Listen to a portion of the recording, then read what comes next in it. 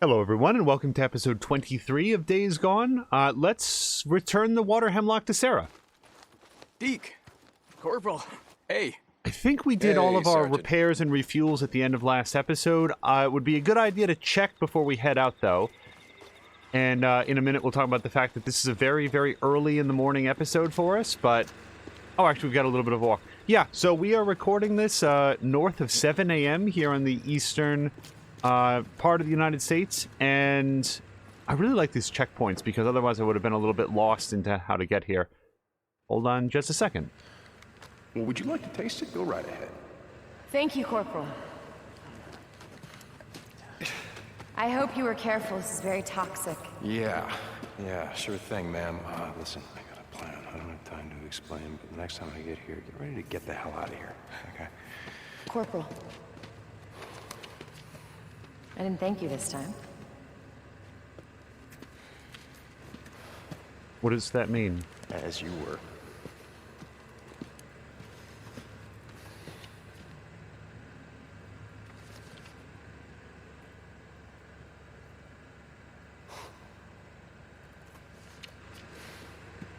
I think I know what that meant.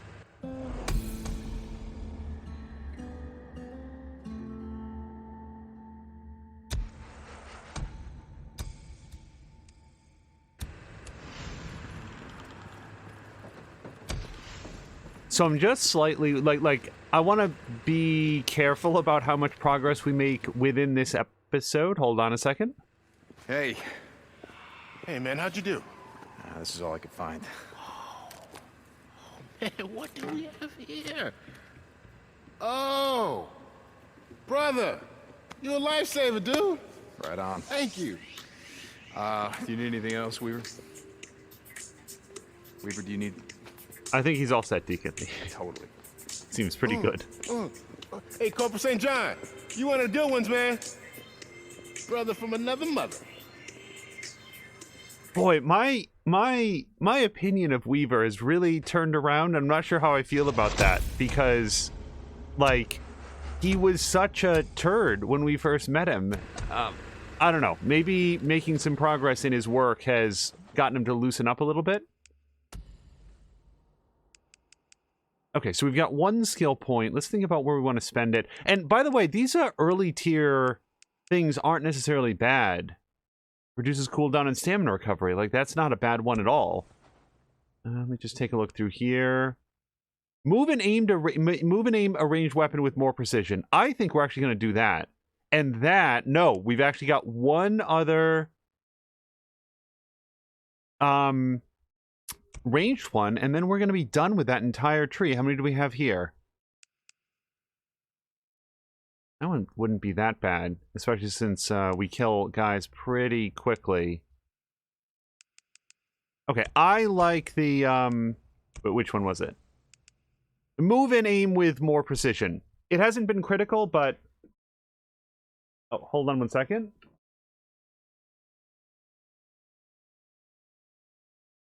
So Atomic Nikki has stopped by and given, just to pause for 1 second, given one of the kindest things that people have said here. Atomic Nikki is saying that based on this playthrough, they went out and purchased the game to play themselves. I hope you enjoy it nearly as much as I have. It's really been a very fun game. Thank you very, very much. I think that we're going to do move and aim.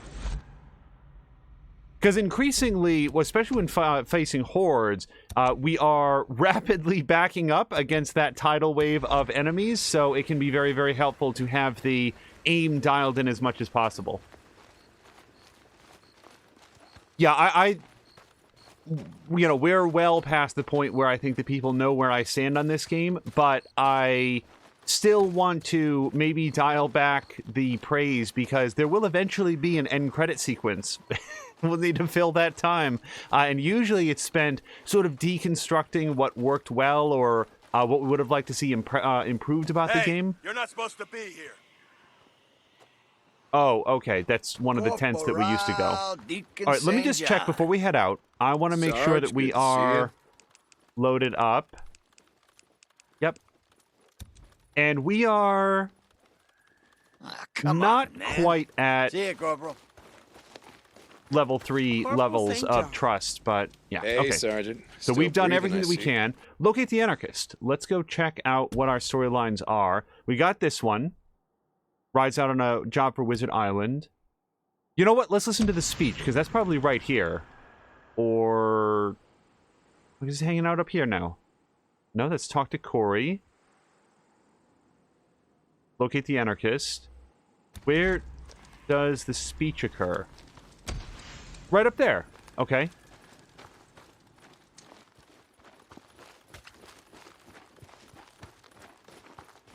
Okay, so... I'm gonna be quiet and listen to the speech, and then probably complain about it afterwards.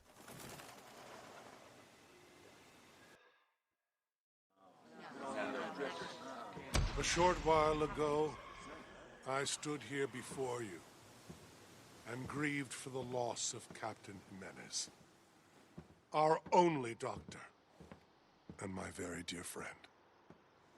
And for what great purpose did Captain Jimenez perish? So that a drug addict, a worthless excuse of a human being, could get high. Jimenez died because he stood between a junkie and a bag full of narcotics.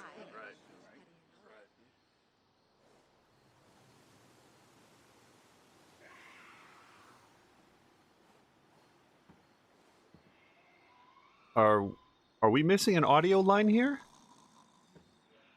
I have taken steps to see that this never happens again. For their own safety, I have moved Lieutenants Whitaker and Weaver into the Ark, where they will be under protective watch 24 hours a day.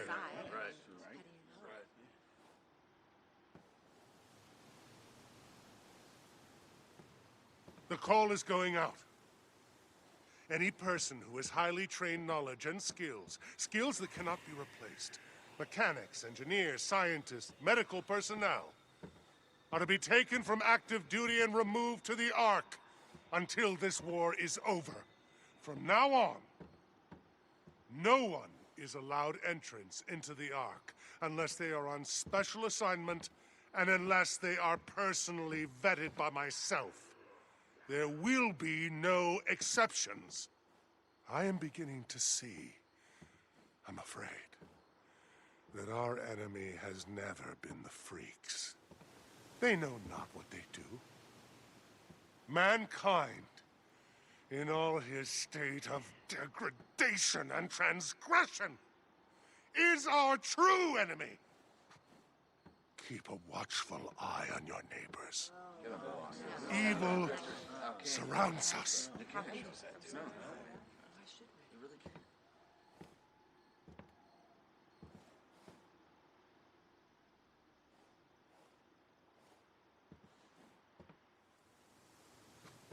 Company dismissed. So, Colonel Garrett there, as with everybody else in the game, his voice actor is just perfect. I mean, he really nails it. Some of the animation there didn't exactly match up with his words. And also, hello to Malik. I hope that you're having a great Saturday. Perhaps a more restful one than I am. I should probably note that my producer is still asleep. She's, well, we'll just leave it at it. I'm flying solo for now. Didn't have a great night's sleep, so we figured that we'd spend some time with Deacon. Okay, so, Bounty Hunter. Let's check our storylines. I usually like to do whatever is closest. Radio Boozer. Well, let's see how close this is. Oh, you know what? That's on the way. That's perfect. Okay, so we're going to Radio Boozer and then do the Bounty Hunter and then maybe find out what this is. Oh, a different storyline. Yes. Okay, so we've got 2 bounties out that way. This is perfect.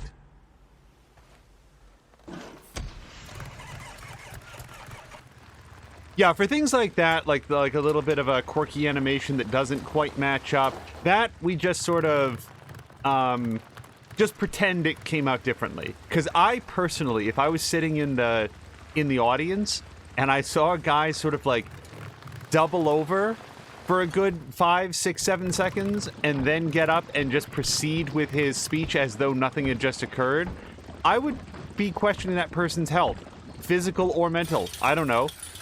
Also, by the way, I am progressing on the belief that Colonel Garrett was in a romantic relationship with Dr. Jimenez, just because of the way that they were speaking to one another. The game is not clarifying that too much one way or the other, and that was a radio squawk. Nothing came through. I wonder if that's like just errant transmissions from Boozer and Ricky that we hear from time to time.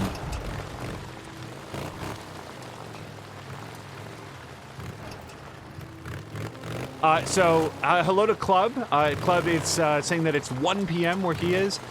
Here it is, much like for Malik, just approaching 7 a.m.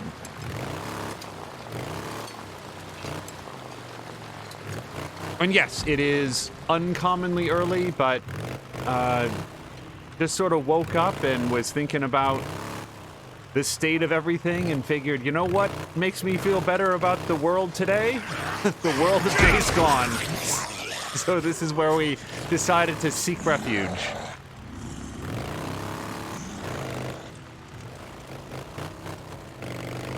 I was checking out those cars for like scrap, but it's just occurring to me that I actually have a good amount of scrap. Whoa! Okay.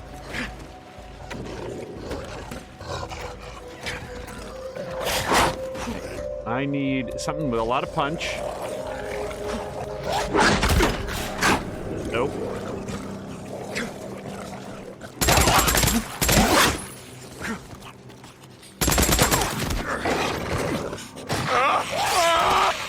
Yeah, wait your turn, buddy. Got you. Okay. Well, that's what I get for trying to refill the bike. It feels like it's refuel the bike during these odd moments when you have a chance, or risk running out when you really need it. Nope. There we go. Hello to Haseo. Good. So, Haseo, we had a chance to watch your Mobile Suit Gundam stream, and at least from... This was like, oh gosh. Was this just yesterday? Anyway, Twitch has seemed like really hitchy and, what's the phrase that I'm thinking of? Very buffery lately. So this particular episode of Days Gone, we've sort of reverted to 720p, but we're still using the stream through the PC option. So hopefully it still looks better than the episodes, you know, pre-episode 20. Haseo's stream has always been rock solid. And the last Mobile Suit Gundam stream, we were just having a lot of hitching problems where it would, like, stop and buffer for a few moments. Still learning my way through this cave system here. Hopefully that's correct. Uh-oh. Oh, my... Well, we're getting our weekend off to a big start. Malik, thank you so much for another round of gift subs. Malik's... support for the stream has really been something to behold, and we really, really appreciate it. Need this. And I know, I suspect Atomic Nikki is going to appreciate that a great deal as well. Atomic Nikki, for anybody who's coming by, paid us a really, really bright compliment by saying that based on this playthrough, they went out and started playing Days Gone for themselves. And in addition to wanting to draw people in and share some of the great streamers that we meet here on Twitch, people like Haseo and Tashir and More Than a Mia and Patikan and Sunny Panda, like all the people that we talk about at the end of every episode, to be able to introduce people to great games would be an awesome thing to do as well. By the way, I'm just looking like there's white X's here, but I don't see any corpses. So either they are in low orbit or underneath the ground. Yeah, Malik, thank you very, very much. It is difficult to express how much it means. So just thank you.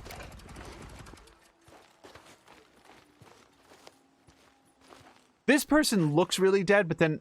Yeah, no, hold on. This person is moving.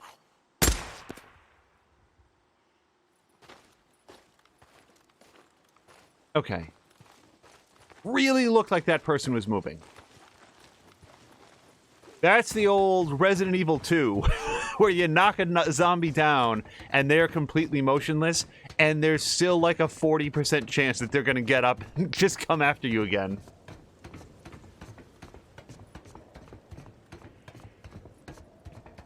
Boy, look at that mountain in the background.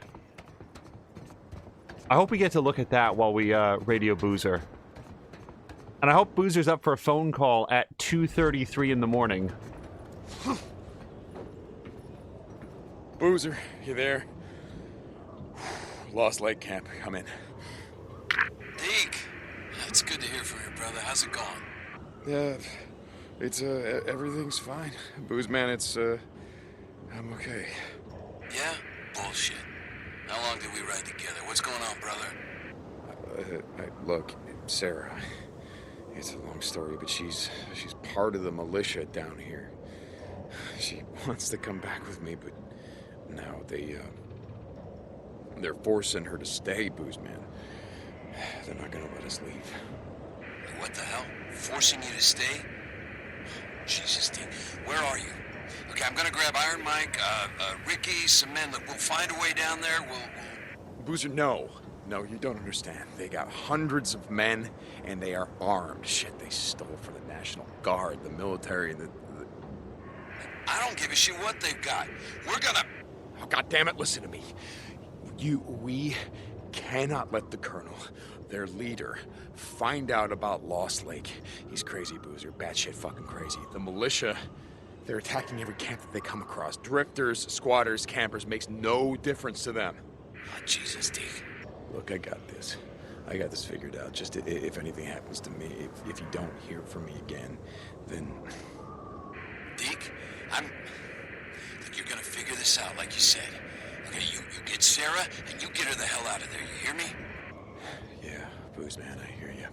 Alright, that's more like it. Now you're cutting out of it. I can't... Deke? Deke? I hear you, brother. I hear you. Deacon out.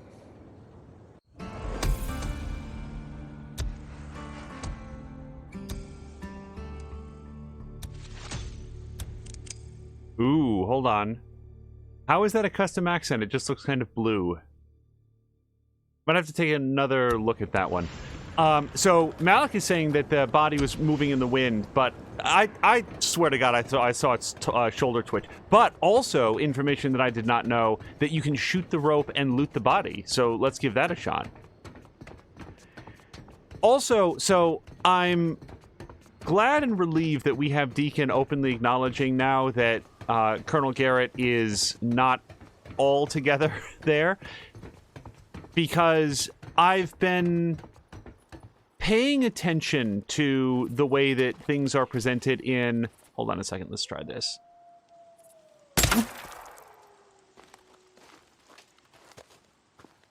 Boo! I wasted a bullet. No, what that probably means is that some of these guys are lootable. So let's check some of the others. Not that one. Oh, there's a gas canister here as well. Come on, come on, come on.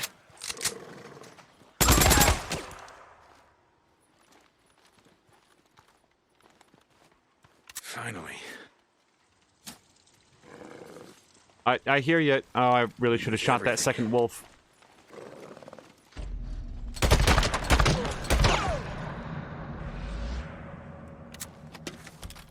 It's subtle, but I want to say that the bullet impacts are ramped up when you're in focus mode. I think we've got a little bit of max pain happening in this game, where it's not necessarily that they do more damage, but I feel like they hit harder, or they cause more stagger backs, or more blood effects, or something. Like and the sound definitely changes. Also, it is showing a corpse over here. Nope. Still nothing. There must be a cave system or something underneath this mountain. Alright, let's check.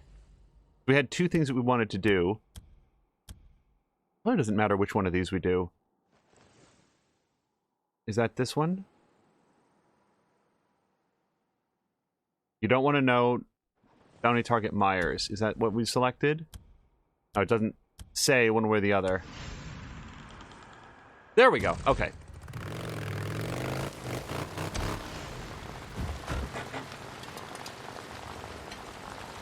And also, whoops. I think that if I reloaded a really early game and got back on that motorcycle with those guns, I think the game would feel much different. I think that the progression in this game has been subtle. I'm not sure if you guys are friends or foes, so I'm gonna... Oh, foes.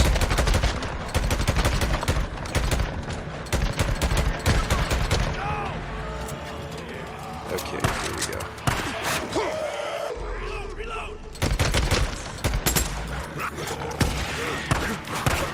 Okay. Where's the quick one?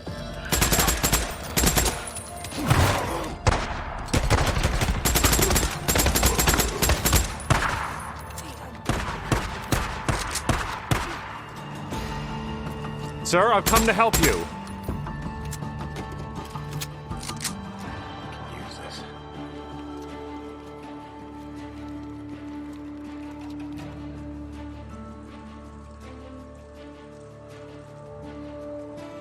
So Mal's saying it's more like Red Dead Redemption. It's been a very long time since I've played the first Red Dead Redemption, and I haven't played Red Dead Redemption 2 yet. Here's like a secret behind the scenes. Oh.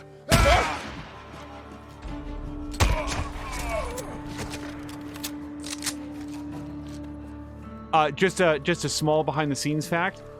This was supposed to be Red Dead Redemption 2. We played episode 1 of this on a lark. It was just supposed to be like, well, there's been rumors that there's a PC version coming, so let's check out Days Gone. And I wound up feeling like, this game seems pretty good. It seems a lot better than I'd heard, a lot better than I'd been led to believe.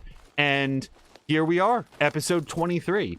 And when you consider that every episode is between 2 to 3 hours, I mean, I didn't look at the collection before we started this episode, but we're 50-ish hours in, and I'm just still having a great time with it.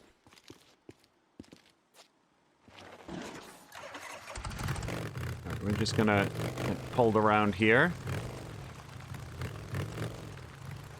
One thing I'm really enjoying about it... so just to circle back to the bullet impact. Yeah, it's just... I don't know if it's the sound effect. Like, there's at least a placebo effect of feeling like the bullets are more effective, that there's more carnage happening with every shot in focus mode. And whether that's true, or it's just that they've sort of pulled some psychological tricks to put it in there, it is so...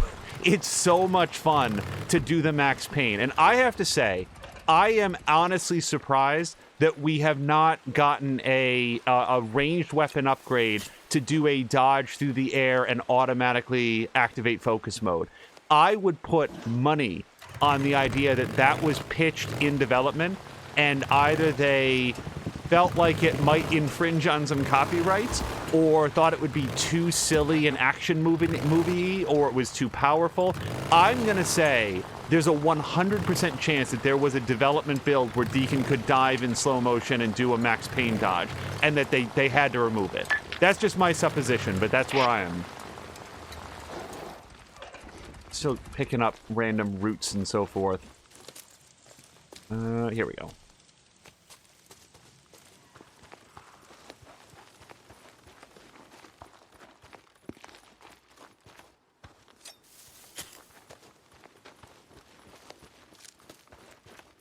So, one of my goals, you might not know it from the fact that I'm stopping to pick up random stuff and investigate. Oh, wait, I really want to stop here.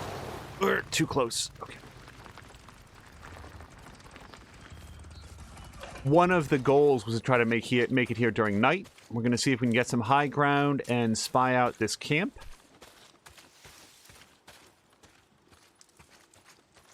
I did not know that you could zoom in with the binoculars for a whole bunch of time. Okay, so they might run. I see their motorcycle right there. I want to see if I can disable that, because if they get on the motorbikes and flee, it's going to be a lot harder to get them. But if I can sneak up and disable the bikes, then again, maybe if I just stand next to the bikes and shoot them to death. Myers, where the hell are you?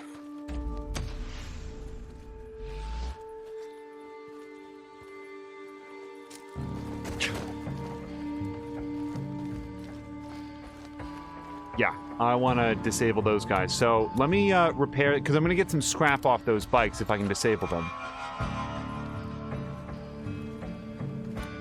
And I want to distract them the other direction.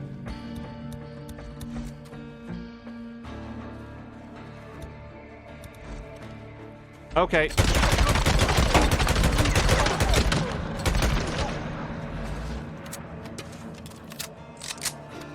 I guess anything was going to spook them towards the bike, so nonetheless, mission accomplished.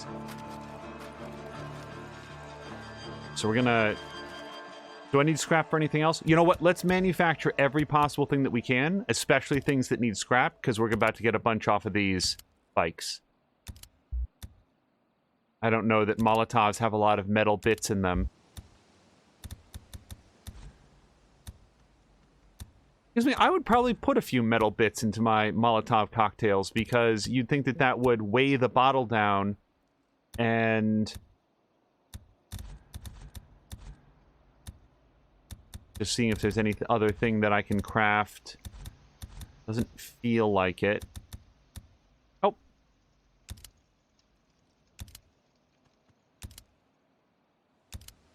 Wouldn't mind a craft all button, but then again, if you were like in combat, that would be even more absurd. All right, let's sabotage.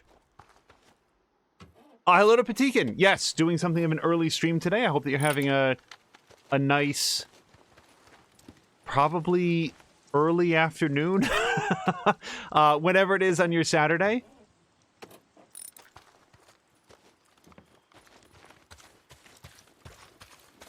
Okay, now it looks like our orange circle has moved over here. Where the hell are you, Myers? What is this? Oh, it's just a metal loop. Okay. I thought it was like a mine or something. Anarchists. Okay, I gotta be careful. 1 p.m. there. Well, I hope you're having a nice, lunch.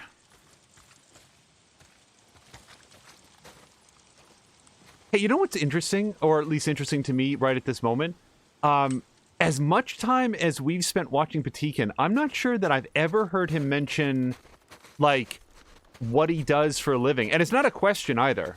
You know, I haven't talked much about what I do for a living, for example, beyond the fact that work exists. But I wonder if Deacon's, like, doing Twitch professionally. All right, so we've got...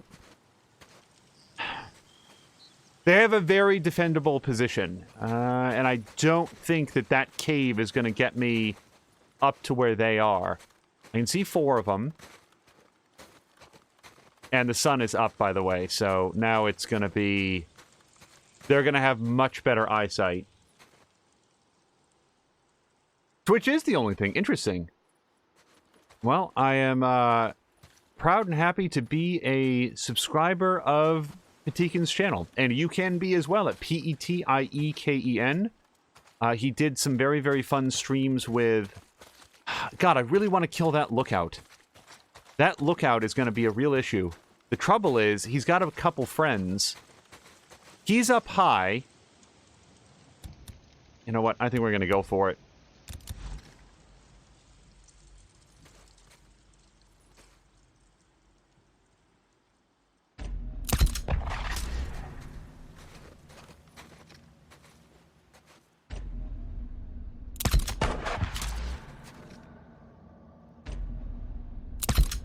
Oh, I missed that one. A little embarrassing.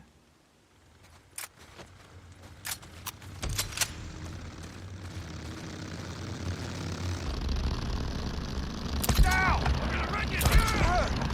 We're just getting started!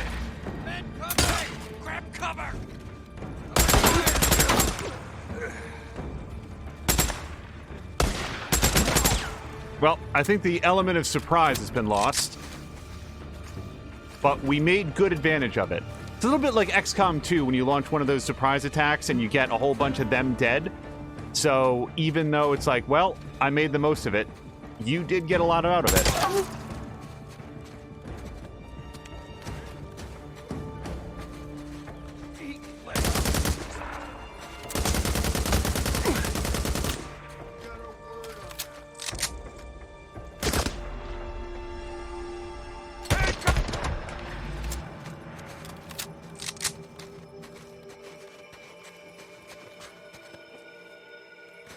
So here's one of those small details that I guarantee you is not gonna make it into like whatever little hurried during the credits review that happens at the end. The ragdolling in this game. I'm still trying to remember what it was, but we played a game earlier this year where, especially when we killed an animal, it would always collapse into like this really awkward looking position where like the legs would just be splayed out and it looked like it was just very sad. And it's not a big deal, but in this game, the animals tend to roll over onto their sides and sort of try to... Badlands, big game. Interesting. I don't... Well, that weapon isn't bad. I'm going to leave it there, but it's rank 5.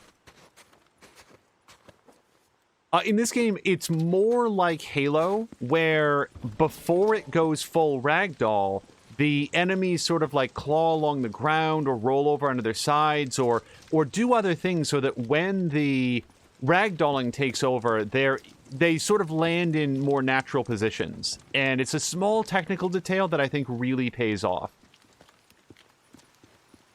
All right, there's something this direction. No, this direction? Oh. What do we got? Back on track. Deacon is very, very correct that Uncharted definitely has some fun ragdolling. Okay, tracks lead this way. I should have grabbed that clip of Deacon's... What have we got? In Uncharted 2, he shot a guy and we just went pirouetting through the air. Oh, yeah, that's him. Oh, yeah, there it is. Okay, Max, I would tell you, rest in peace, Blood. Oh, boy, you don't want any of that. Okay, we got the Bible that Colonel Garrett wanted. Now, if I were Deacon, I'm just saying that if I were Deacon, I would find that chapter at the end, I think it's called Revelations, and just rip the whole thing out. And then hand it back to Garrett and say, I don't know, they were crazy people, but they took all that part. Hey, have you read any of Genesis about the beauty of life and creation and that? Maybe you should focus on that, Colonel Garrett. It's a pretty good part of the Bible there. Instead of all the end times.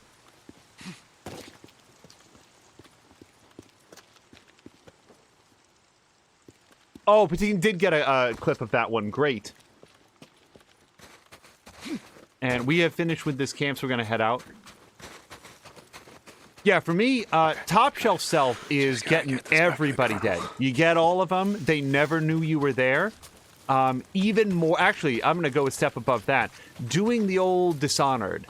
The old Thief, the Metal Age, where you actually navigate an entire section of the game and you neither kill nor knock out any of the enemies, and you're in and out and they never know anything happened. That is incredibly satisfying to pull off. But, you know, third to that is what we just did, which is... What? Whoa.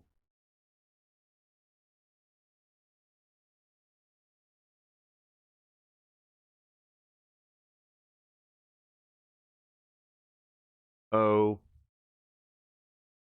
I don't think we're streaming anymore.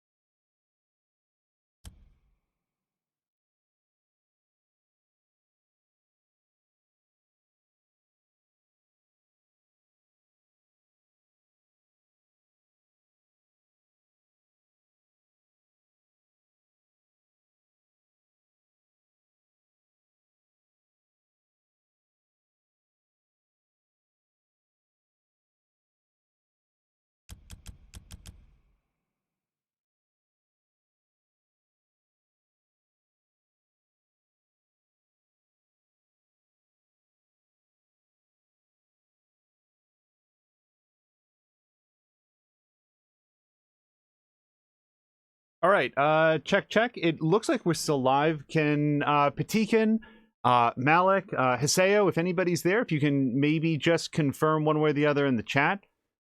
Still here, still live. Okay, so we'll go over that in 1 second. Time out for just one more moment.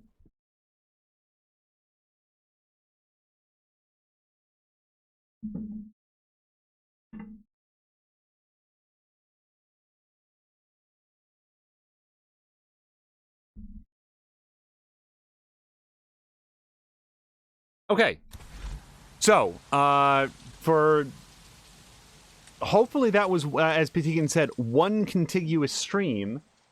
Stream never went down. Okay, good. So what happened on this end is all of a sudden the PlayStation 4 announced no LAN cable connected, and it just terminated the remote play session that we're using to stream this. So it turns out that our fourth attempt here to do streaming in this method does potentially have some interesting quirks to it. But we're still up, so we're gonna continue to ride this for what we can. Rides out on a job for Wizard Island. Yep, this is the other bounty that we wanted to do.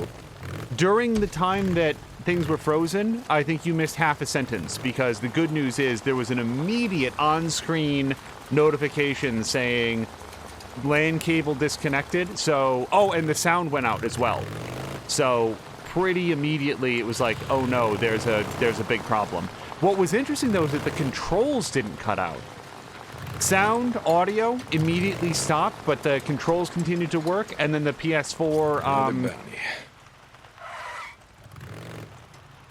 what was the phrase that I was thinking of? The I suddenly lost my train of thought. Oh, the remote play session crashed. Maybe that's what happened. Maybe the remote play session crashed, and that's... Well, anyway. It's up and running now. We'll see if it happens again. That was me looking at Patikin's comment that having a capture card is useful. Yeah, in the sort of long arc of history at some point, it would be nice to set up a system that was exclusively for streaming and video capture. Something like what Tashir has, potentially something like what Patikin has, where there's a system that records as it streams so that all of the material is there, and that would give us higher quality recordings to work from. A word of caution. Hold on. Captain Curry tells me he was one of our best riders. If you let him get away, you won't be able to catch him. Okay. We'll see about that. St. John out. Well, this sounds like another good opportunity to not let him get away. Patikin's saying that he doesn't record anything. I think ideally local recordings would just help guard against any collapses. Oh, and also, so this is just a quick note to people who might watch it later on in like the Twitch archive. The Twitch video editor, as far as we can tell, does not have any ability to cut out dead air. Because otherwise, I assure you, my producer would go through and say, okay, there was some dead space here and some disruption here. Let's take a look around. And just cut out the nonsense, and it just doesn't seem to support that feature. I'm taking a very careful look around before we get investigating.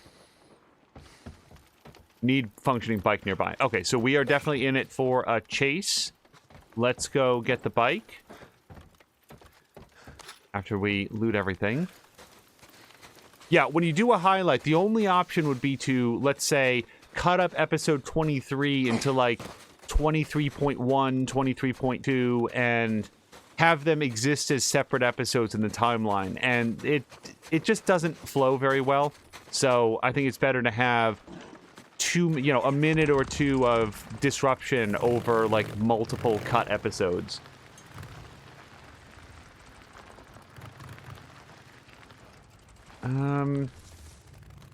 Yeah, let's actually ride around.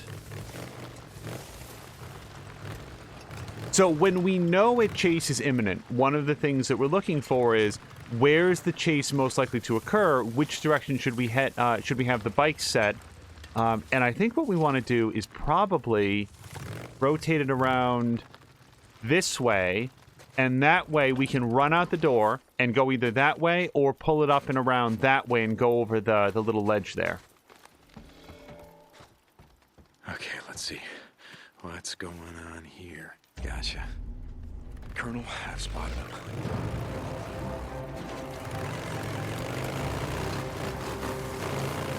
Come on! You're not gonna make this easy on me, are you? No! Son of a bitch! Deacon, get up. Don't let him get away, Deke.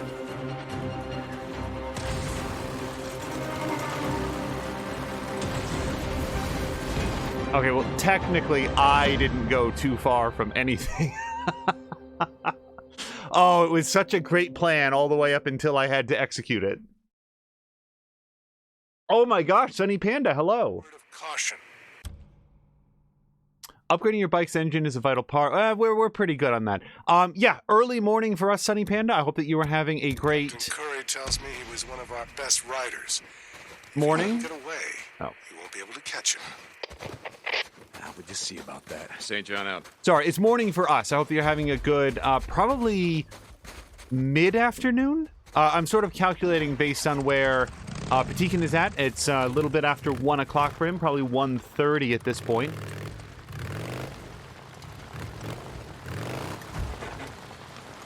Hopefully Sunny Panda joined right at the moment that I went tumbling into the lake because I didn't calculate that jump off very well. Well, this time we know where we're headed, so come up here. Okay. And right like that. Get properly situated. Yeah, I knew where he was going. I just angled it really poorly. All right, let's grab all this stuff. All right, where? And here we go. There you are. Colonel, I've spotted him.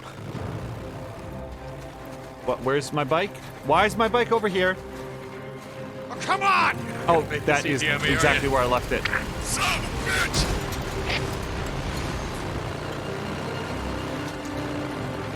And Sunny Pan is saying it's about 5 p.m. there.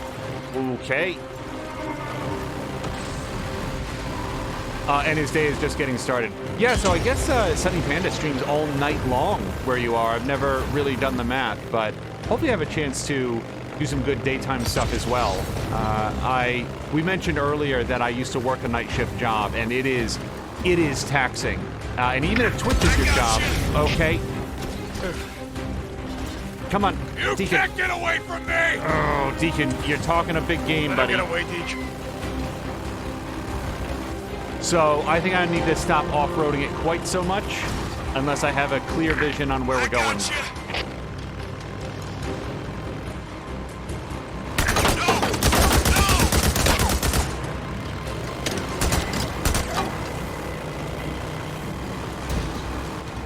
I might have just held down the power or the fire button there.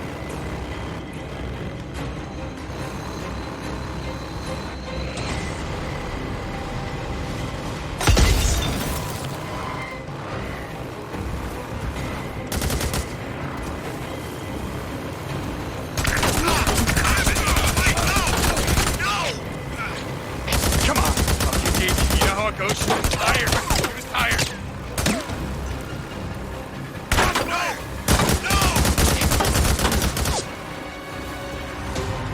Okay.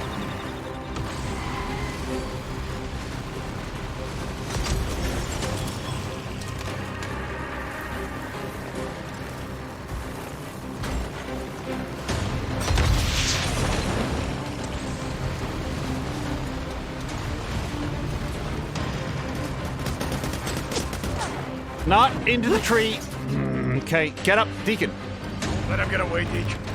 Not like this. Deacon, Deacon, Deacon, Deacon, Deacon, Deacon, Deacon. Go, buddy. Okay. This is fine. Oh, God.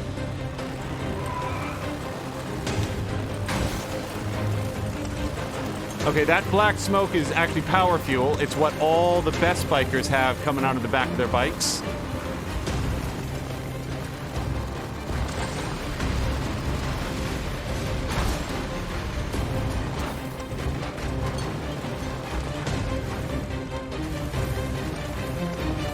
What I get away, wouldn't Deacon. give for a little bit of Franklin here, where he can slow down time while he drives. crap. Oh shit, not now. Yeah, I get it, Deacon. Oh, I really thought we were going to be able to pull that out.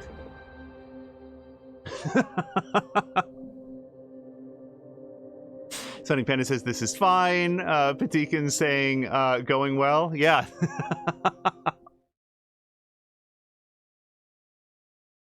So I think I got a little bit too adventurous on the off-roads. Yeah, I get it. Caution. The Captain Curry tells bike me he is was not one the of problem. Our best riders. If you let him get away, you won't be able to catch him. We'll just see about that. St. John out. Okay, so let me do a better job of getting on the bike this time. Well, so one thing I was trying to feel out there is it better to just spray and pray, or should I wait and try to take more targeted shots? Because, of course, I want to make sure that I don't kill this guy, and I neglected to loot all that stuff, so that's great. Okay, this time for sure! Come on! You're not gonna make this easy on me, are you? Son of a bitch!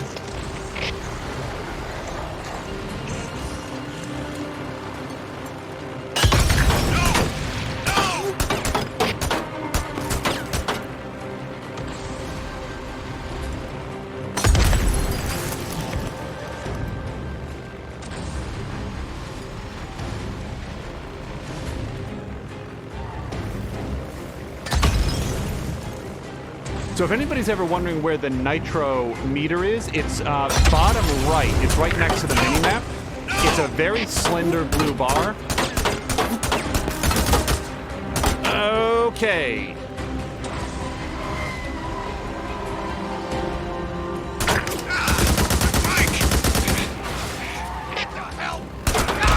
There we go.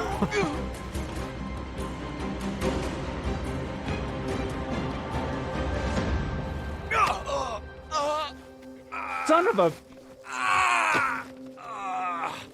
Okay, we're gonna have to turn off that link protection. I apologize, Sunny Panda. How you doing, buddy, huh? Looks like you're having a chaotic day, yeah? Just the way you like it? Oh, you won't take me alive. Well, I think I already did. Don't matter much to me one way or the other. Goddamn the anarchists. Okay, so let's just pause for 1 second, because this is personally very irritating to me. So that you understand, Sunny Panda, it is explicitly set up in OBS that people on the VIP list are allowed to post links, and now that has caught both Tashir and you, and it probably deleted some comments too. We're going to fix that. We're going to fix that if we have to turn it off entirely. You know what it probably is? There's a separate link protection in Twitch. Yeah, cool. It deleted all the messages. Thanks so much, Twitch. So that is very much a technical problem. We're gonna fix that, and that really bothers me because now like all those comments are lost. If anybody's watching this in the archives, Sunny Panda's here. Super cool guy. It's 5 p.m. where he is, and none of that should have been deleted. Colonel, I've got him. Transmitting the coordinates now. Good work, Corporal. Where you can't leave me! Let's The see freaks! what I can do. The freaks! Good. Stop! Don't leave! Please! So here's what I think is happening. I think that there's the link protection inside of Twitch that is extremely draconian, and then the more customizable link protection that you get in Streamlabs OBS. And I think that Twitch is leaping aboard where it shouldn't be. Still, okay, we're gonna move on, but that is super frustrating. Also, it's just now occurring to me that we gotta get Malik on that same list.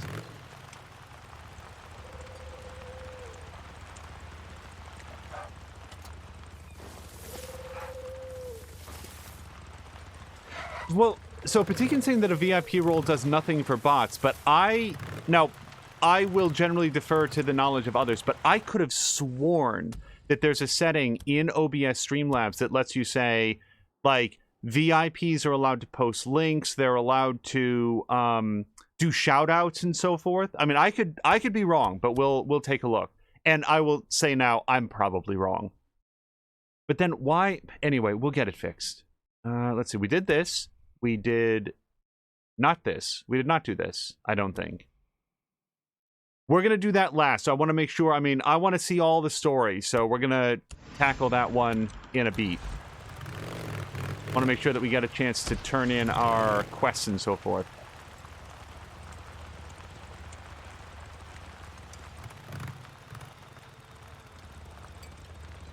Okay, and so hello to He Who Dies, who says that you can exempt people, but you can't exempt VIPs probably as a class, which is disappointing. That would be a nice feature for them to add.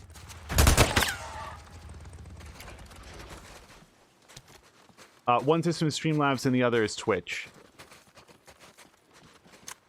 All right, we'll take a look at so More Than Amia made an interesting observation where she said that she doesn't have the link protection on because it's never been an issue. So I think that we'll probably do that. The only people that has ever attempted to post links, at least on this channel, are people who are trying to be helpful. And anybody that came along that didn't want to be helpful, it would be more than just banning their links, you know? So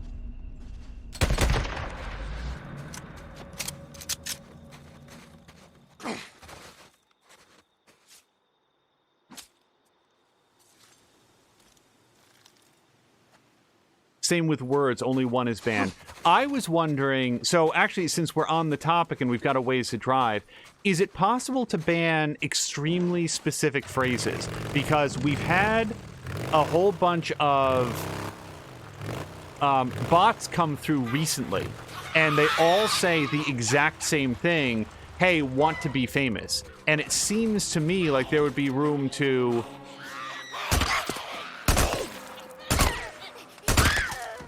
ban that extremely specific phrase, because most people are not going to walk into the stream and say, hey, want to be famous. Okay.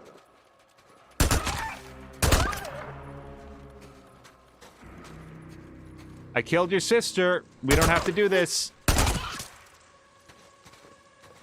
There's another wolf back there. Roll.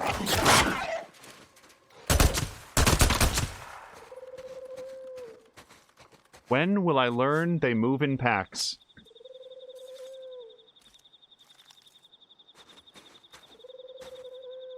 Okay, excellent. So I'm probably going to be doing this particular stream up until I have to go to work, but maybe we can reconnect after that.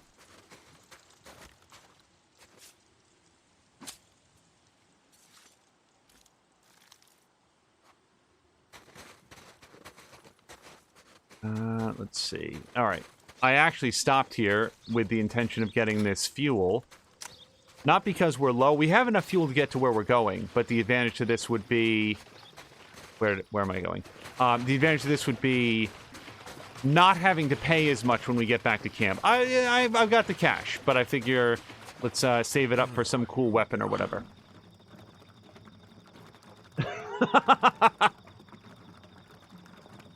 Sunny Panda is immediately offering fame and fortune.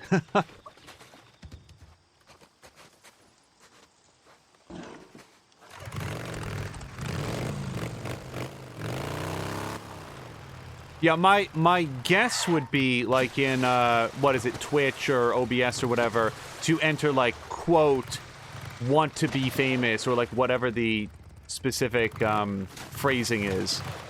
But that's a guess, and one thing that we've learned from interacting with Hihu is that he's very comfortable with the technical side of all of this. It was just sort of groped our way through it. Hold on, we've got a blue search circle here. I stop at these in the hopes of finding a survivor. Because they're worth a lot of cash and trust at whatever camp we send them to. What am I looking for here? Oh, the rope. What do we got? Back on track.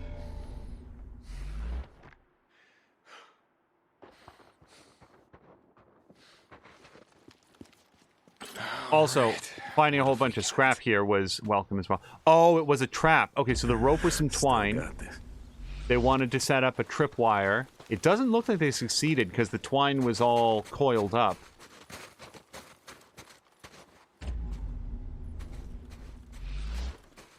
So probably an ambush camp then. But there might still be a person here.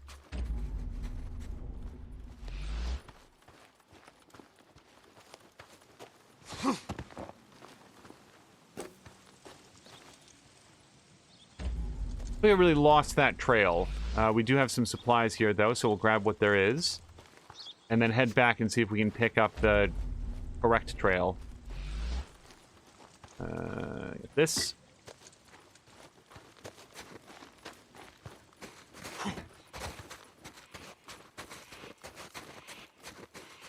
Oh, no, maybe it just led to a supply cache.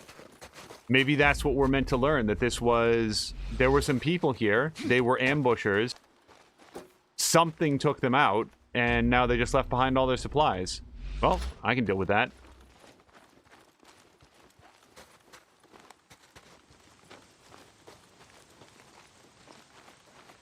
I feel like there was one more triangle over here to investigate, but maybe not.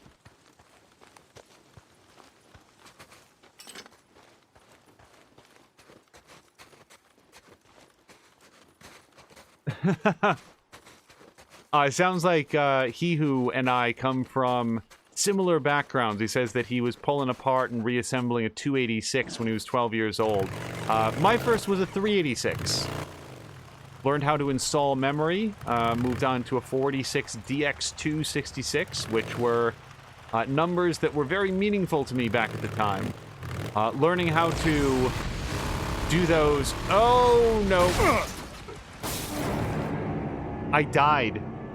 As I should have. I don't know exactly which part of that I failed, because I did the nitrous, but I guess I just wasn't going fast enough. Yeah, learning how to go into, what is it, config.sys and configure yourself some expanded upper memory to make an Origin game run. Vivid memories of that.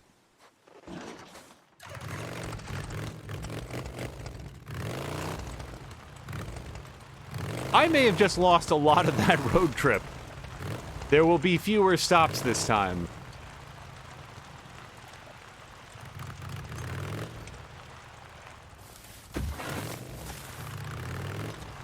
Yeah, I remember... I don't remember which system. It might have been that 486, I'm not sure. I remember getting Wing Commander 4. Or maybe it was even Wing... No, you know what? I think it was both of them, but Wing Commander 3 is the one I'm thinking of, where... I bought the game, I was so excited, I went home and I spent like 3 hours trying to get it to run, right up until the point when I had to go to work. And I remember my parents commenting on like, yeah, it seems like a weird hobby because all of your time is spent trying to get the games to run. But I got it to run. It had a super duper long load time. Like, we talk about load times here in, like, the Xbox One era, where it can be, like, 40 seconds to reload from a death in Fallen Order or whatever. But at the time, like, on that system, the way that it was configured, to get from the deck of the spaceship to the point where you were behind the controls and flying, 6 minutes, maybe more. I mean, I would get up and make a sandwich for myself. It was so long. Okay, wait, I'm not making this mistake again.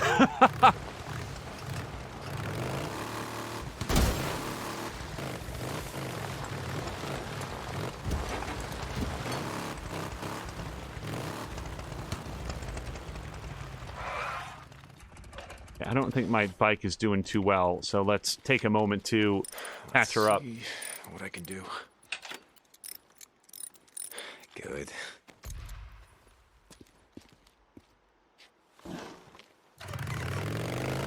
Yeah, he who is remarking on the turbo option.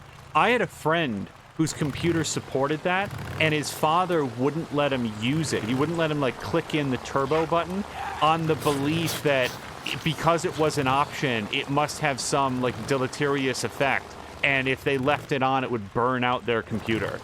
So he was basically playing at this, like, fraction of what it could be running the whole time. Shout out to these weather effects. I really like this mist. Damn it, sniper ambush. So, Deacon is getting some advanced information about a sniper ambush. Yeah, I remember, gosh, I'm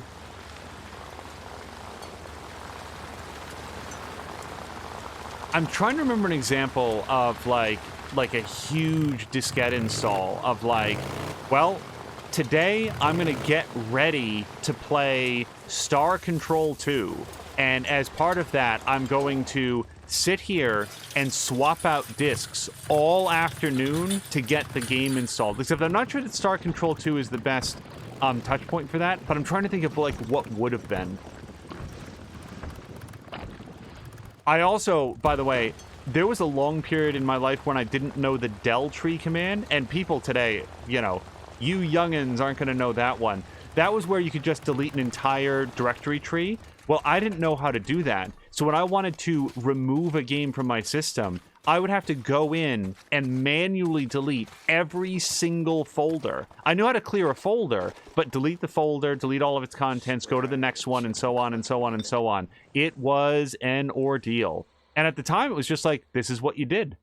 Or that's what I did anyway. So I'm checking my trust level for this place.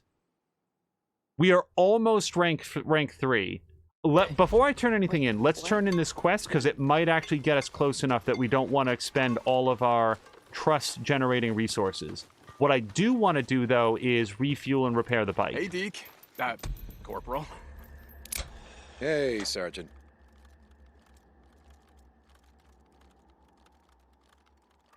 Okay. Deke. Corporal. Like, See you, Patikin, Sunny Panda, I'm curious, like Corporal anybody in St. chat, John. Malik, if you're here, what's the Sergeant, first how's it game going? that you can remember playing? How There far you back go. do you go?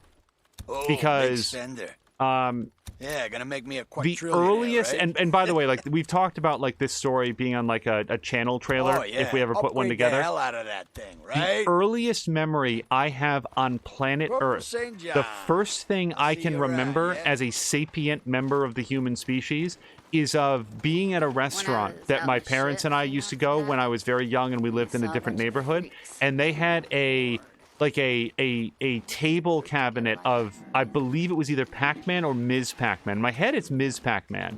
And cancel.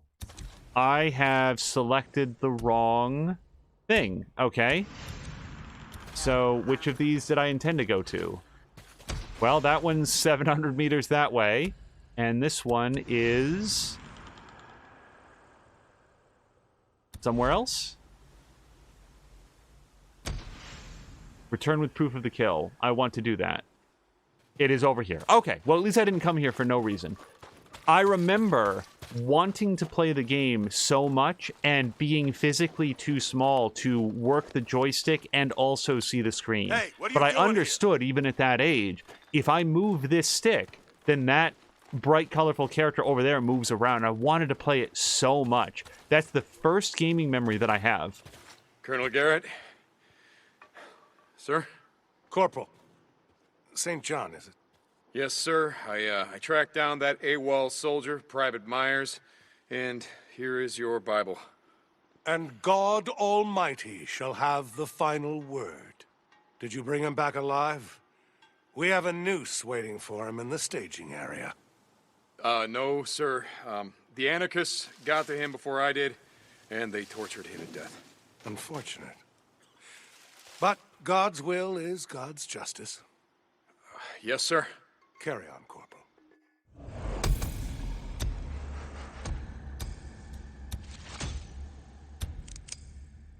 Hey, bounty hunter skin. Not too bad. And we for sure have...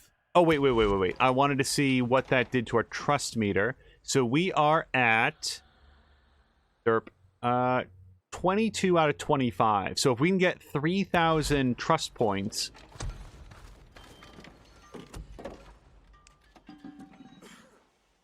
Okay, this is not going to give me 3,000. I'm going to be a little bit judicious in what I sell here. Love to get rank 3 here if I could. So, yeah, that's going to be safe to do. And that. Okay, so we're up to 25. Not nearly enough. Let's just go check to see what we can turn in for bounties. Hey, The first game that I successfully played, because, I mean, the Ms. Pac-Man thing is... Oh, nice to see you. Hey, Sergeant. Sell all Still that. breathing, I see. Okay, so we're at 22.6. Yeah, Hey? we basically got 600 points worth of trust Corporal, from everything that we come sold. back in one That's piece, okay. all right? Hopefully we will have an opportunity to earn some more trust as we go. Corporal in command. Sergeant, how's it going? And now what I want to do is just switch over to that other turn in the bounty.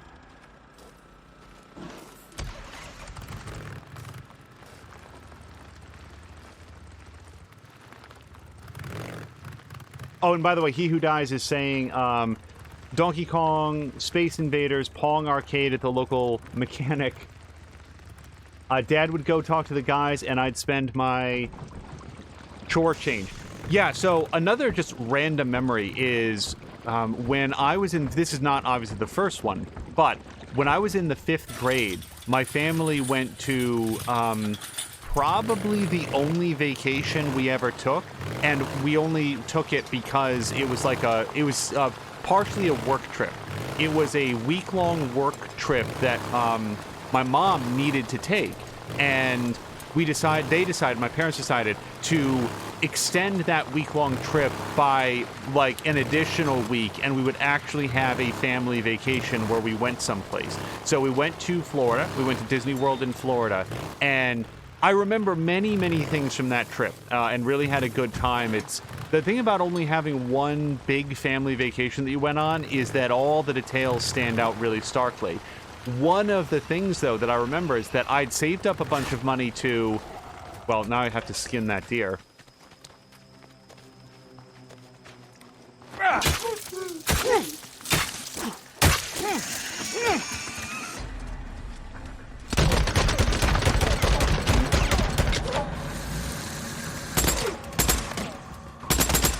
Got you. There we go.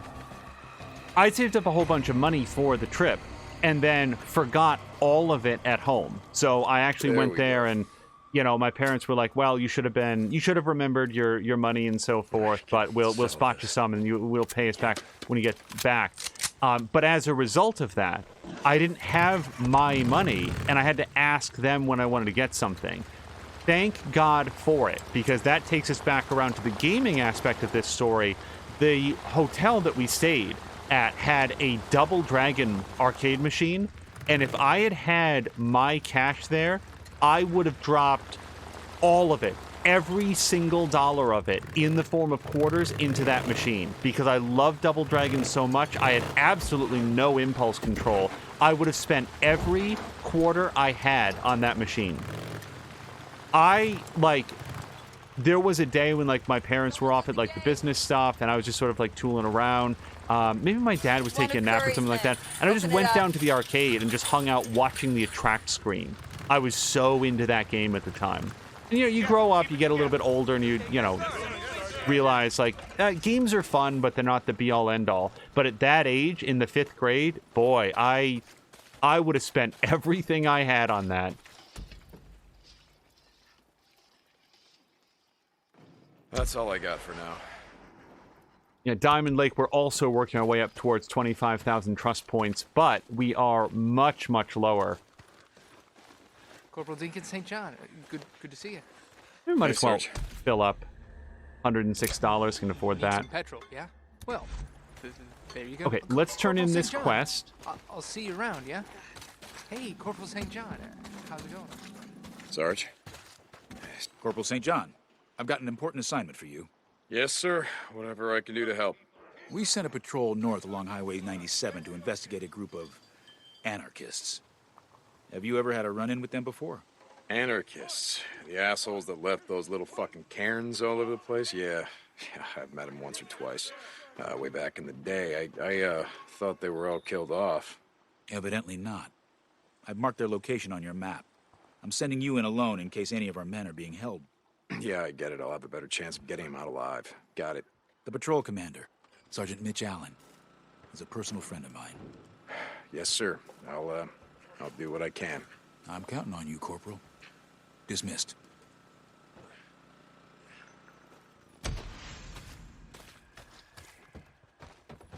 Okay, hopefully, I'm just going to double check that I have the correct, yeah, one selected.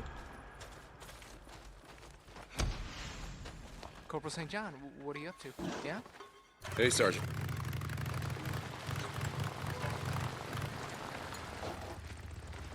Hang on, I'll open the gate. Yeah, I want to say that there were a few different games that sort of broke me out of the this is important. You know, like, I like playing games. I like playing games a whole bunch.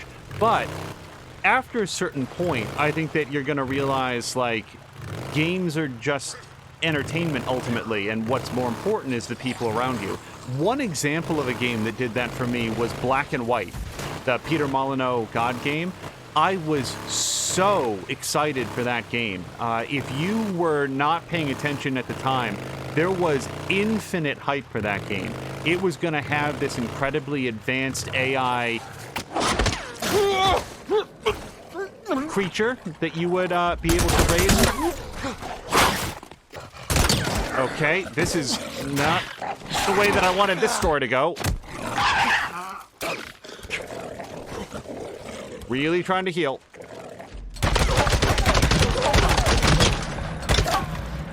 Bounty. Okay.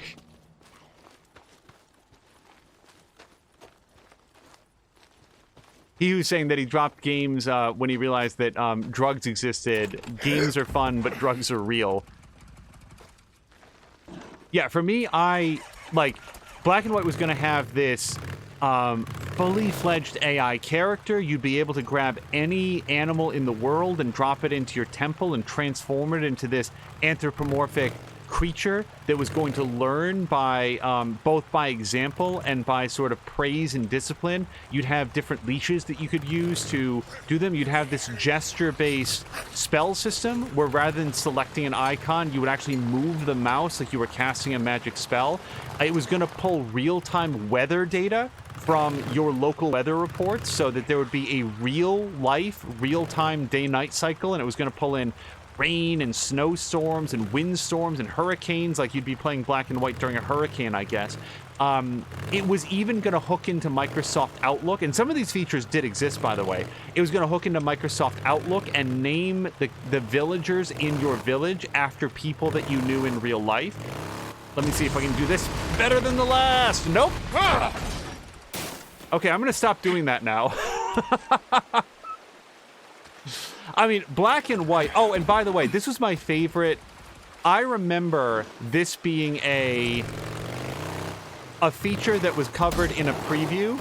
That was the point at which I started to realize this is starting to sound like bullshit.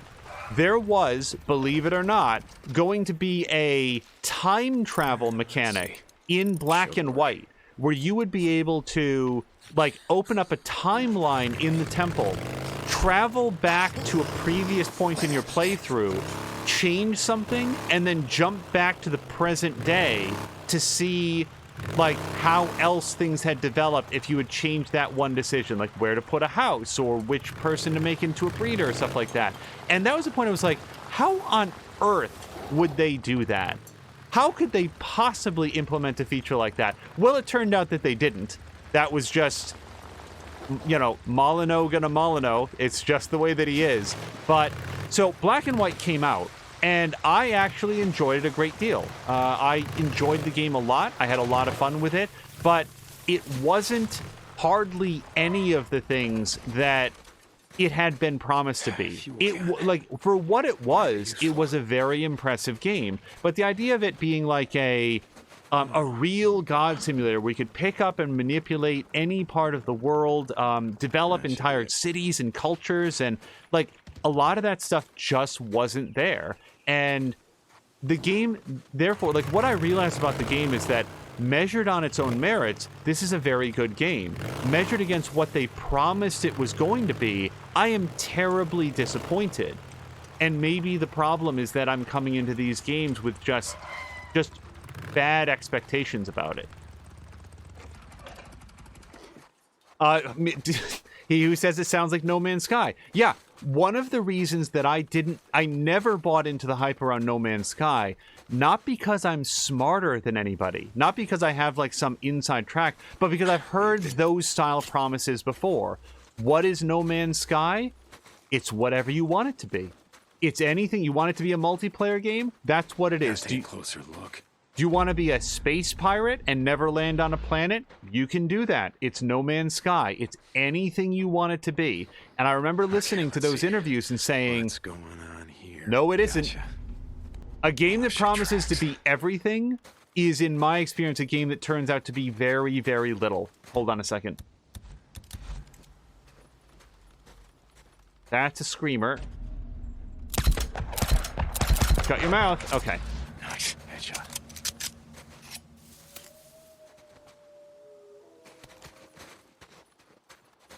But Deacon's saying, yeah, they even called it No Man's Lie back in the early days. Now, I feel like the story of No Man's Sky is always going to be the fact that they really buckled down and worked on... We do have some footprints that we're following. They're just very, very dim against the white snow. Okay. Let's take a look around. No Man's Sky is going to be interesting to see how history ultimately judges it, because they have done so much work to add more content to it and to bring it more into line with what they promised it was going to be and what people had expected from it. And still, it doesn't have a lot of the things that they had indicated that it would. More tracks.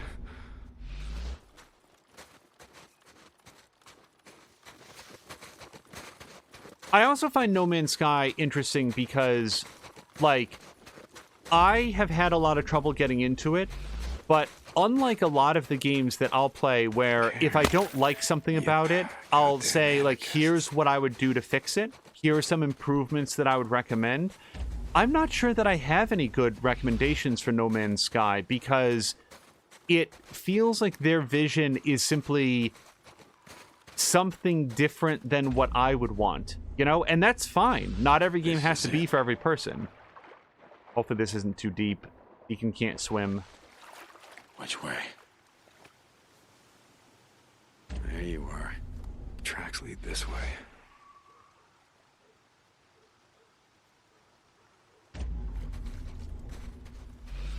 But Deacon is also saying, so this is something that I don't think I was very much tuned into, that No Man's Sky and Sea of Thieves were used as direct comparisons because people felt disappointed in No Man's Sky, even though, sorry, in Sea of Thieves, even though they had made very, very modest promises. It looks like they're holed up in a mine. Are they holding hostages? Are they alive? I don't know yet, but if they are, I'll get to them, sir. And if they have your friend, I'll find him. Thank you. Curry out.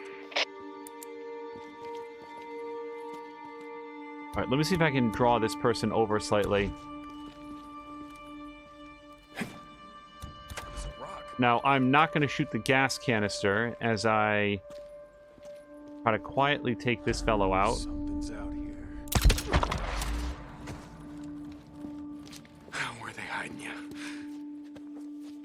A mine. Another goddamn mine. Anarchist symbols. Gotta be the place. Yeah, my knowledge level on Sea of Thieves was that I know a lot of people who were very interested in it, and then those same people felt very disappointed in the amount of content that it had at launch. And I think, from what I saw, oh, that's what the cairns are. I didn't know what he was ready to... He was talking about the stone towers that Deacon kicks over. I was wondering what the hell those were. Camp and pick off militia supply runs. Is that it? I'm not sure that carefully stacked, balanced rocks are really the mark of anarchists, but... Another anarchist sign. Okay, we've got two guys, one of whom is facing a way that we could stab, but the other one is coming over for a chat.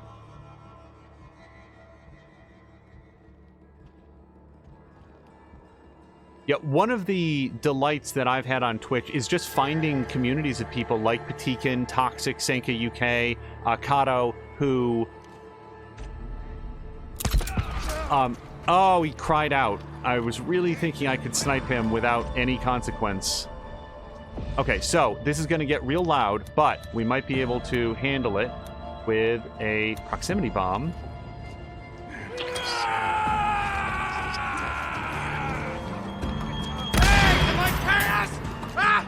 Shit being all fucked up! Hey, you want some anarchy? How about this? Shit. Oh! You got me. Hey, why aren't you guys out just like, stacking up little piles of rocks, huh? You gotta be out here somewhere. Finally, Jesus.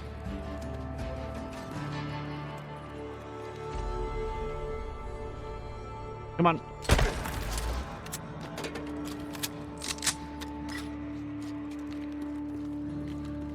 Can use this. But Deacon's saying that if you didn't have trouble with Sea of Thieves at launch, then the game might not, just inherently isn't for you. Which, again, is fair. I think that people... What's interesting to me is that people seem to go into Sea of Thieves expecting, like, a longer progression loop, and I remember a lot of the complaints from others, and I will stress because I've never played it, being about the fact that all of the unlocks are cosmetic. So like the bucket that you get at the beginning of the game is the same bucket that you're going to have after 60 hours worth of play. It's not like it bails more water or anything like that. It just looks different. And that was an interesting complaint I thought to have, because it's a very multiplayer... Like, it has a lot of PvE and then also PvP content. So if you're playing with and against other players, a more robust progression system that gave you better weapons, better buckets, better armor on your ship would be hugely unbalanced, I would think. It would result in a situation where people who played early and often would have a forever... advantage over the players that didn't. So then you'd have to separate the world into like PvP zones or PvE zones, similar to how they do the Division 2, and it would just be a very, very different experience all around. Instead, the developers said, we want a game where PvE and PvP are existing on the same plane all of the time. I can't resist it. How did I not get the guy who appeared to be much, much closer?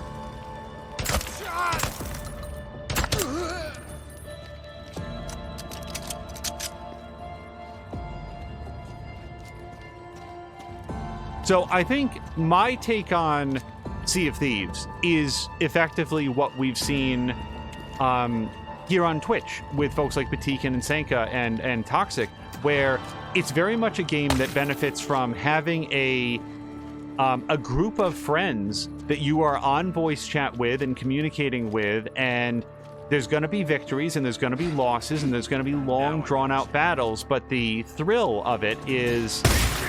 I saw him there, and I still couldn't... Anarchists! Damn anarchists!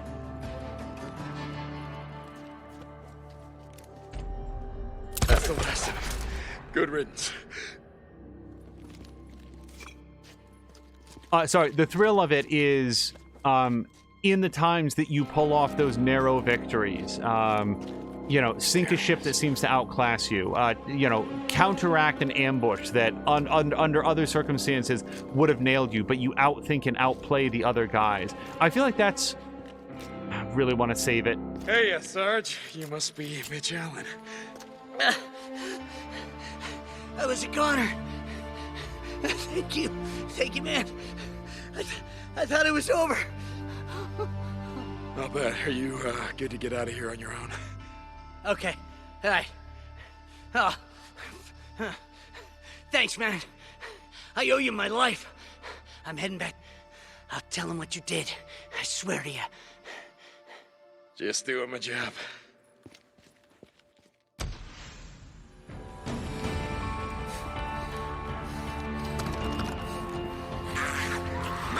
What is this? What?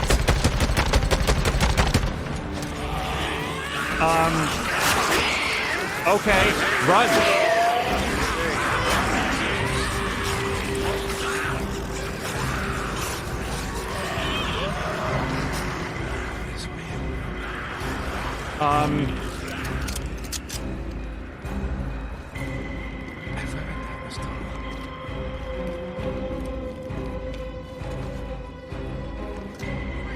There's like a way out of here though, right? Okay. Can I just hop this? Because this is the way out, I think. Oh. Shit, he's bleeding out. Men coming! Grab cover! Ah!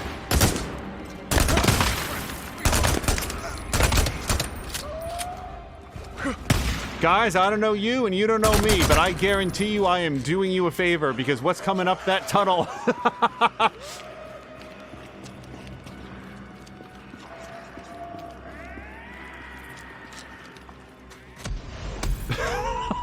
Holy shit.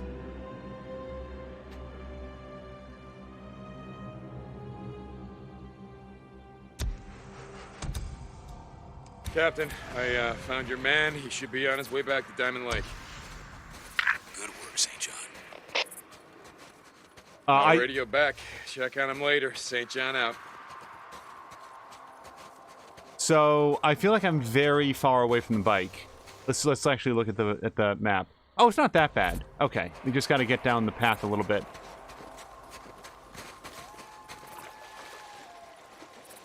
So he was saying that he doesn't want incremental growth in power and gears. He wants completely new items. Same power, just new items. New styles of swords, new funky weapons. Did, Sarge, make it back okay? Using the infirmary now. I think you'll make a full recovery. Thanks to you. Well, just doing my job, sir. Well, that was one hell of a job. Thank you, Corporal.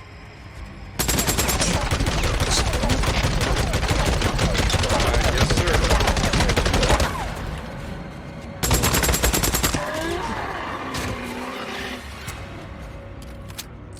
Okay. And I think I know exactly what... Corporal St. John? Hold on a I need second. to see you. I'll be at the Diamond Lake outpost. Copy that. I'll be there as soon as I can. The first game that comes to mind with what he who's saying is... well, real quick. The Deacon is saying that Levi is also planning to get Sea of Thieves when it comes to Steam. Although it's already on Steam? I'm not sure. In any event, a great example, I think, of what he who is talking about is the Ratchet & Clank games, where, to a large extent, almost any weapon can be used. Like, if you, for some reason, wanted to play one of the Ratchet & Clank games with... I've got 97% fuel, so I don't really know why I'm doing this. You could sort of power your way through doing a one-weapon challenge, but what you have is a variety of different weapons.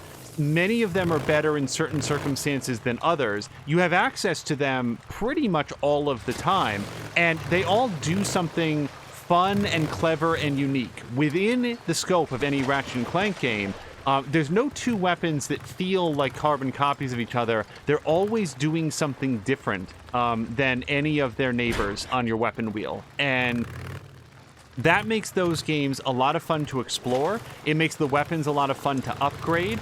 And there's this, you know, I'm not sure that anybody ever handed an award to a Ratchet & Clank game for the story, but the variety of combat mechanics that they managed to layer into any individual title plays really, really well. It's not a multiplayer game, obviously, but it gives you a lot of reason to be excited every time you see a vendor, or every time you get enough of those bolts to upgrade one of your weapons, because now you know it's going to do something cool and unexpected. And again, it's not that one's more powerful, like inherently better all of the time, but it's more that it gives you something new to do, a new way to engage with the enemies in the combat. So that's what I think of when I read what he who put. In terms of like a multiplayer game, like another game that I think did this fairly well, both Monster Hunter World I don't want to go down there. And Assassin's Creed Origins, and to a greater extent Assassin's Creed Odyssey, because once again, heavy hammers aren't inherently better than twin blades or the sword or whatever other weapon set that you might want. What they do is they appeal to different play styles. And you know, I look at somebody who fights with like what is that? The music horn or whatever it is. It's like a bagpipe that's also a heavy hammer or whatever in Monster Hunter World. No idea what they're doing. Absolutely no idea how that even works. Okay. Yeah, I think I'm just going to be on my way. Well, then again...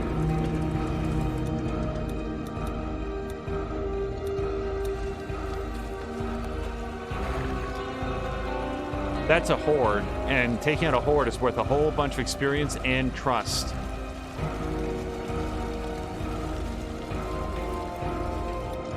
Do I have any traps that I can lay down? You know what? I've never used a remote bomb. Maybe this is the time.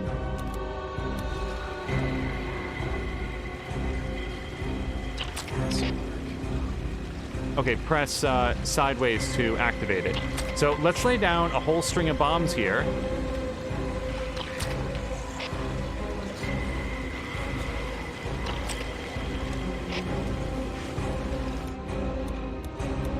And then, be inhospitable.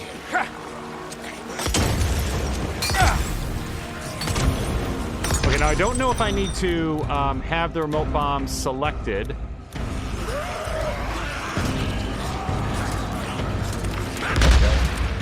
Their attention.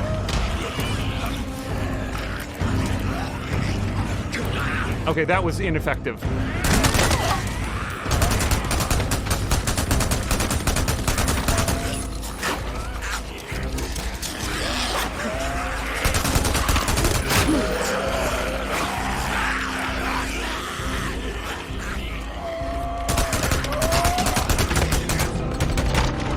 Oh, screw you and your ammo, Deacon St. John. Fire wishes.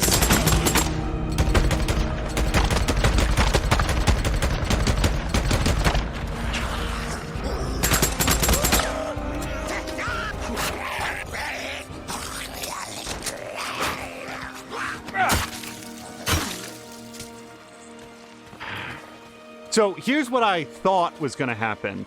I'd entice the, and maybe it worked. You know, we're going to go over and get a corpse count here in just a second. But the goal was to lay down a string of guys, get the whole swarm to come in on Deacon, and then detonate the bombs in sequence. And, well, we might even be able to do a little bit more of this. Hold on a second.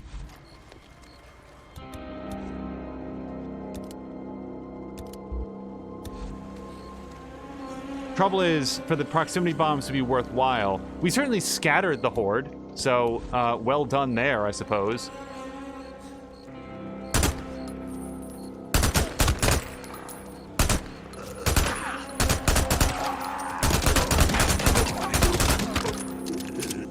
Come on!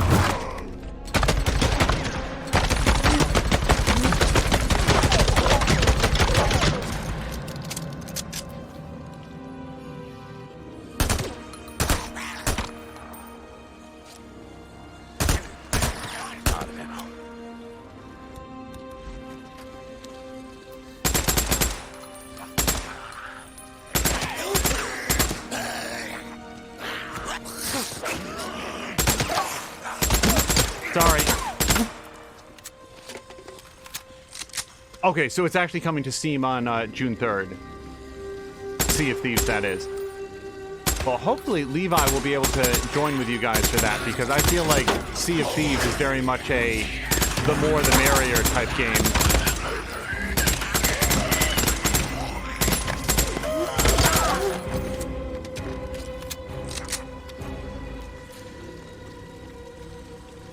I don't know. That's a lot of bodies out there. The bombs may have done good work. Not sure.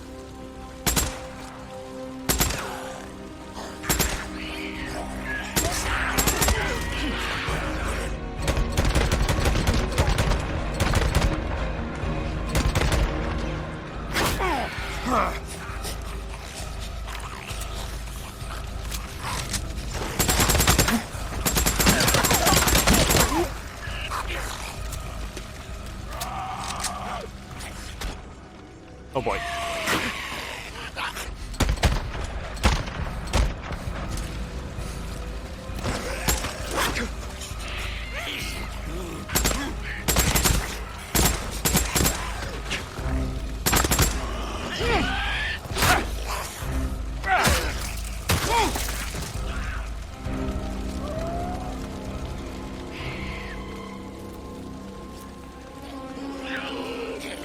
I'm actually not confident if this qualifies as a horde, because I don't feel like I'm getting any sort of like, oh yeah, look at all these bodies, look at all those X's.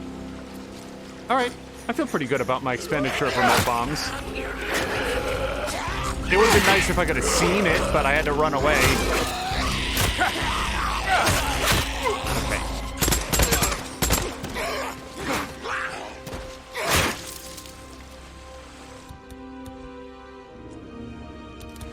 Out of scrap, just in case anybody was curious for a supplies update.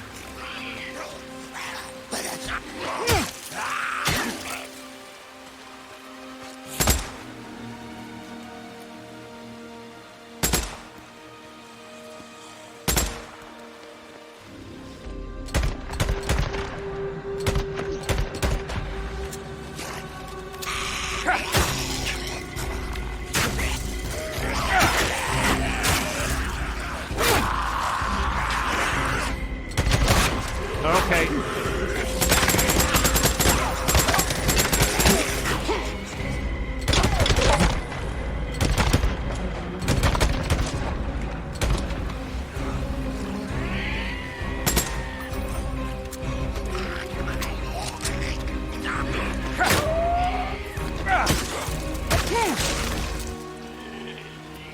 All right, I'm going to take out some of these last few stragglers. We'll see if it makes any difference in the... Because this sure felt like a horde, didn't it? It had a whole bunch of guys there.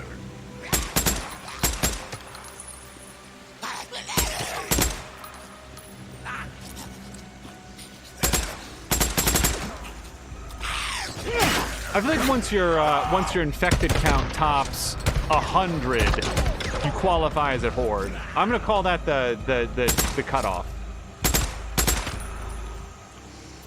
Nothing, huh? Well, at least I'm gonna come back to camp with a whole bunch of bounties.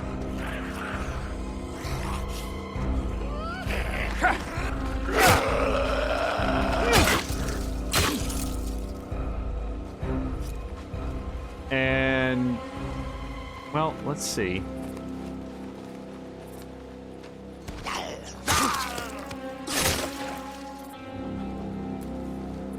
Oh, but Deacon's talking about the Borderlands. So,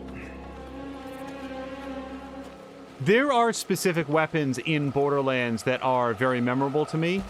One of the ones that I enjoyed particularly was in one of the DLCs for Borderlands 2.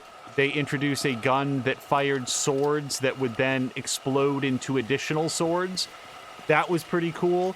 But, and also there's that one weapon class, I think it's specific to Borderlands 2, that we got nothing for any of that. I mean, lots of ears, but not the horde killer achievement that I was hoping for. Although, it does show an enemy over here. Just maybe finish this guy off.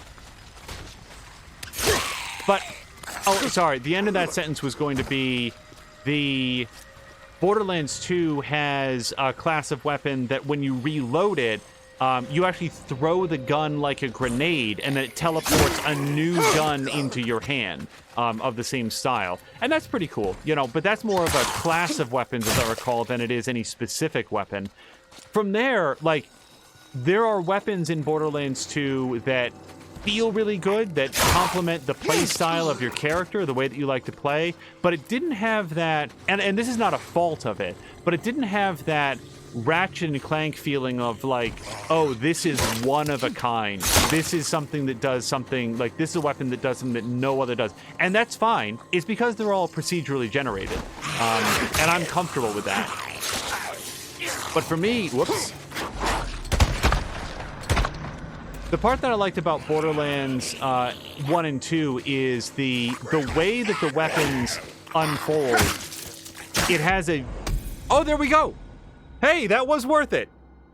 Because look at that. We got 4,000 experience points and a whole bunch of trust with Wizard Island, where I am... Yeah, 1,100 trust? Okay. That much closer to rank 3. And now I've got to go back to base because I am all out of ammo. We could saddlebag it, but it's much less expensive, I feel, to... I'd like to keep my saddlebag ammo in reserve.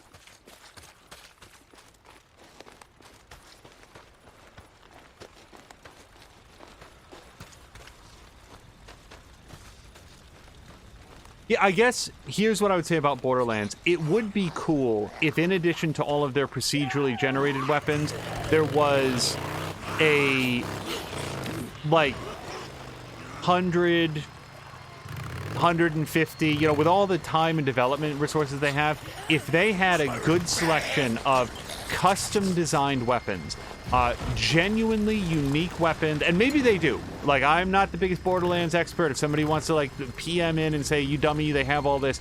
But, like, completely custom-designed weapons with a unique look, unique handling, special characteristics that are unlike anything else in the game, and they're, like, high collectibles, similar to how the Pip-Boys are in Fallout. That'd be pretty cool. It wouldn't, like, drastically improve or diminish my enjoyment of the game. It'd just be sort of like a cool thing to have in there.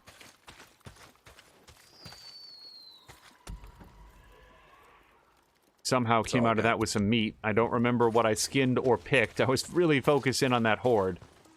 But I will take everything that we've got. Let me repair and refuel. How's it going? Hey, Sarge. Oh! I can do engine 3. Good piece of equipment. Did not pay attention to that. Let's see what else we can buy. Exhaust we're good on. Storage requires rank 3. Oh, we can do a new gas tank. Yes, please. Good choice, gotta say. See, this is why we're saving up all the money. Look how much we spent already. Suspension 2, sure. Oh, okay, yep. Nitrous, that requires rank 3. Tires we're good on. Forks we're good on. And radiator. Okay, so everything else is going to be rank 3 and above. Corporal St. John. Well, I'll see you Corporal around, Deacon yeah? St. John. Sarge. Okay. Anything else? Oh, gosh. Sup back to... I use that upgrade myself.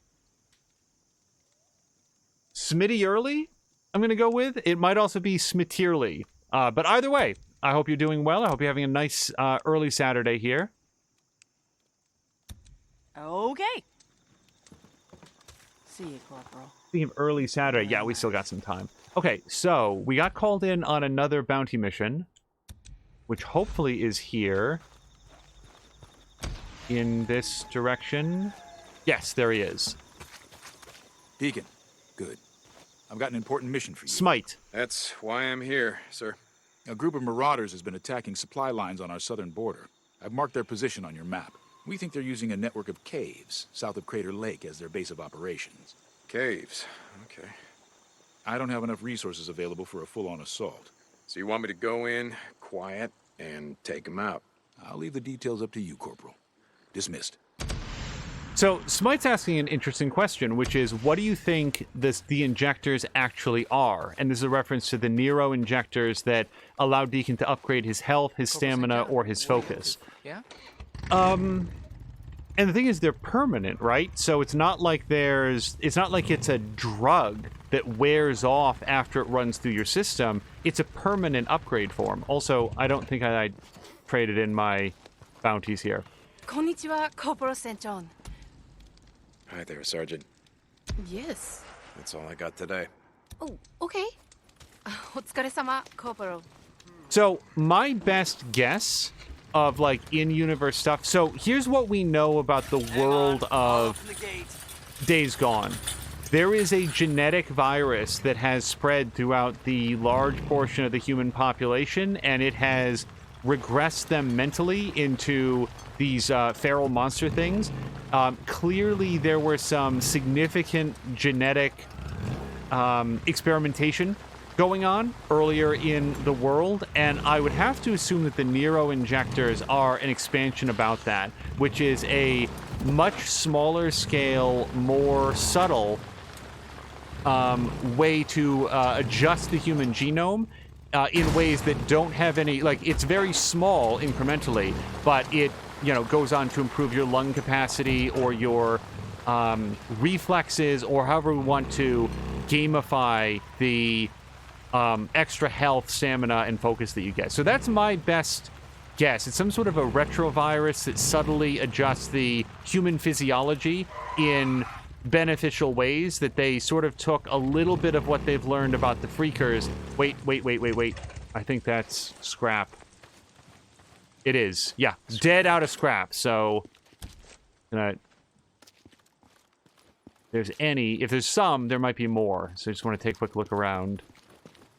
But it looks like this is thoroughly picked over. And wait, why am I at 39? Did I not refuel? God damn it.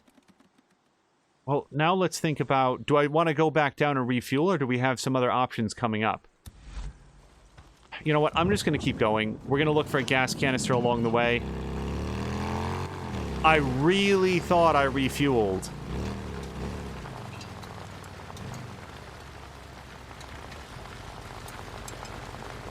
You know what? Maybe I didn't refuel after filling the gas canister. Maybe that's what it is. Maybe 39% is a lot more than I think it is, but we upgraded the gas canister. Smite saying I only sold the bounties. Awesome. Well, oh, you would think that after all this time I would have figured out all the things that have to be done in camp.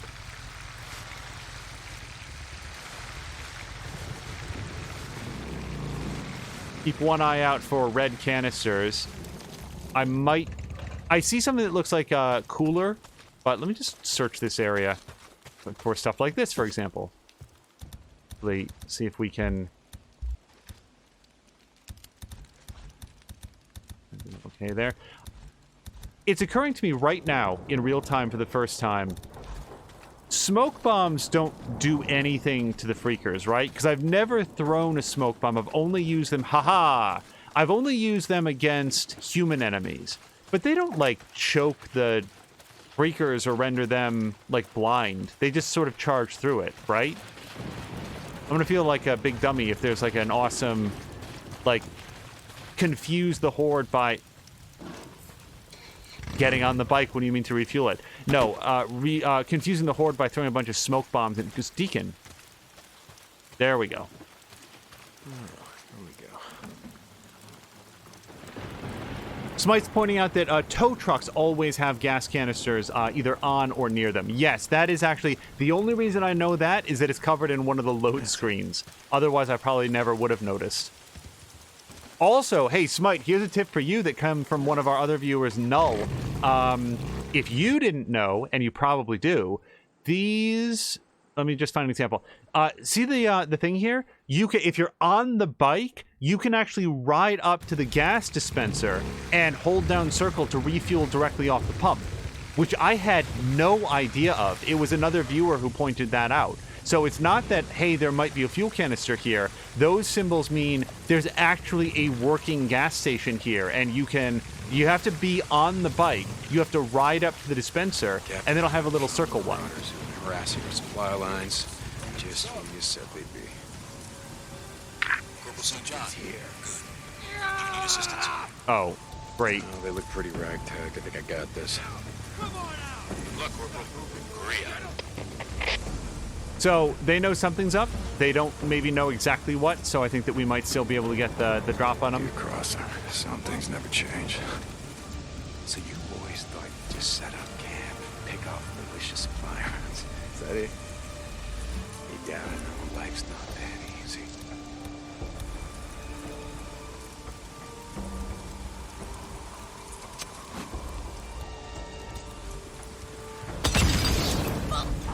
Nope. Missed. Got it.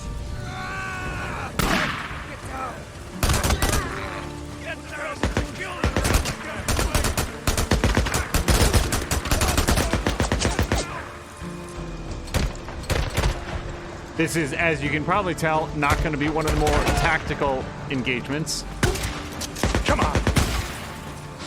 Reload.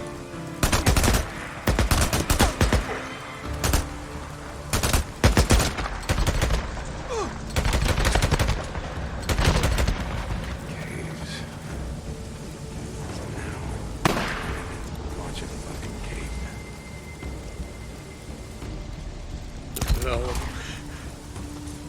Okay, yeah. There's one.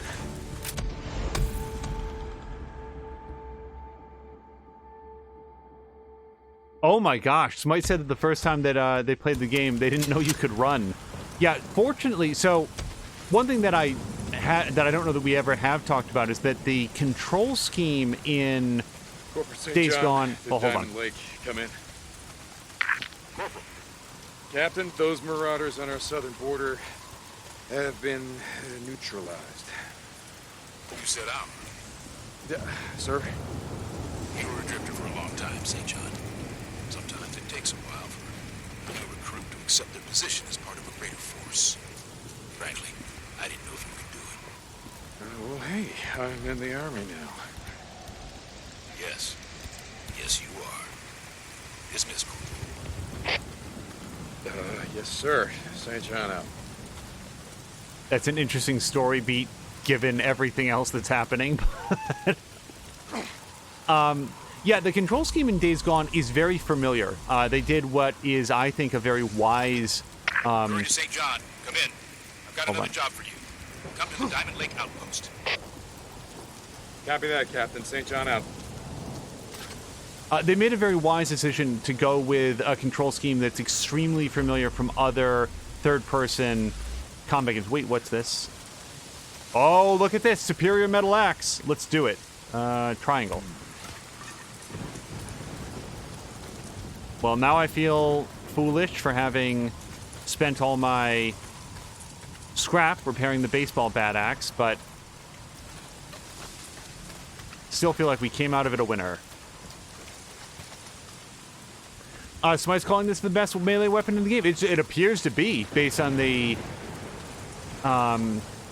stats. Those green bars were all the way up.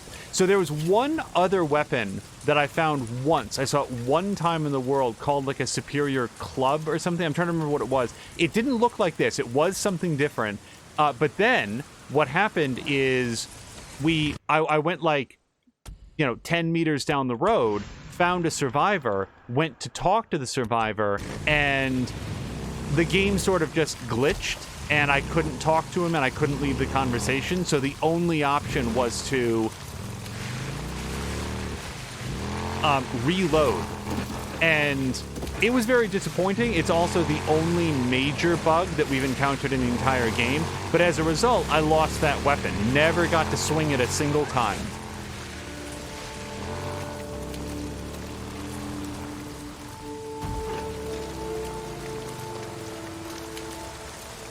So this will be the first non-baseball bat axe weapon that Deacon has swung in a very long time.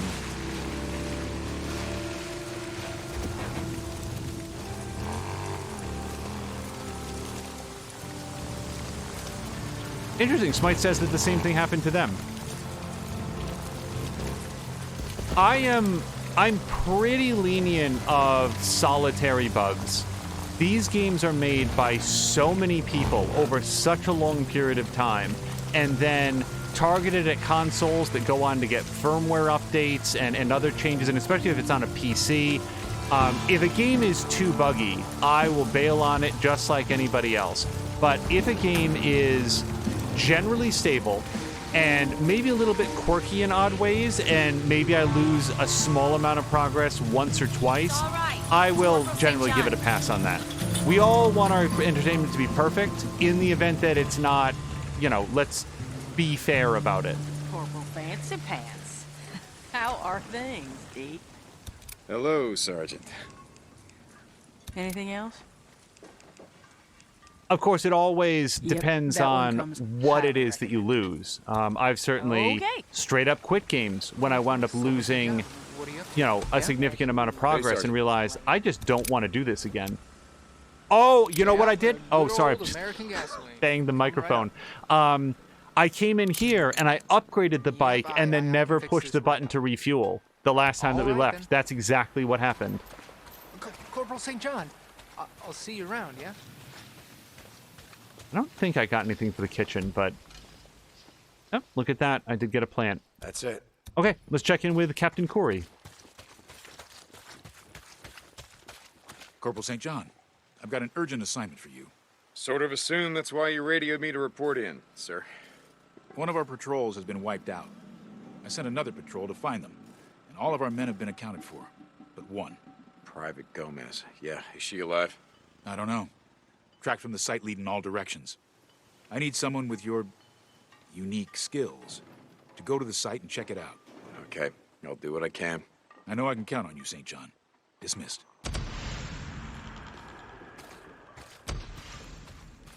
So generally when I'm fighting humans, I like to do it at night. And this is bright and early in the daytime. So that's a hell of a drive, but it's not enough of a drive that it's going to take up the day. So let me see if I can find a cot. Also, Smite is saying that they encountered a lot of bugs with the game, particularly with frame rate drops and visual downgrades. So I'm curious, was this close to launch, or was it more recently and you're playing on a base PlayStation 4?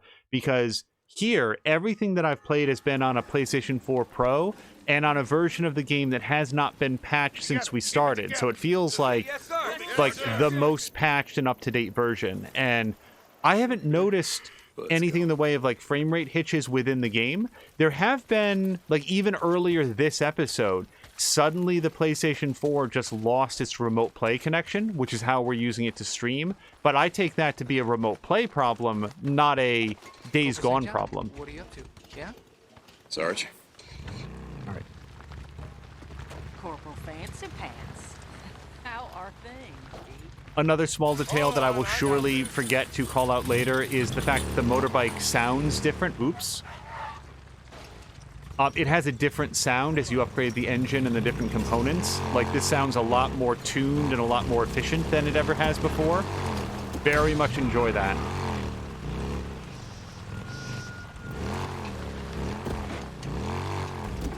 Okay, so Smite is saying it's on a PlayStation 4 Pro. And played. Whoops. That'll teach me. Don't drive and check chat, kids.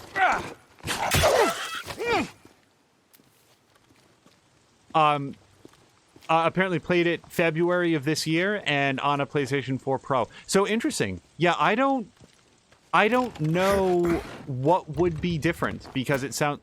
Deacon. There we go. It sounds like a very, very similar game, and we're not playing that much for longer after you did. We don't have a solid-state hard drive or anything. It's a just off-the-shelf PlayStation 4 Pro.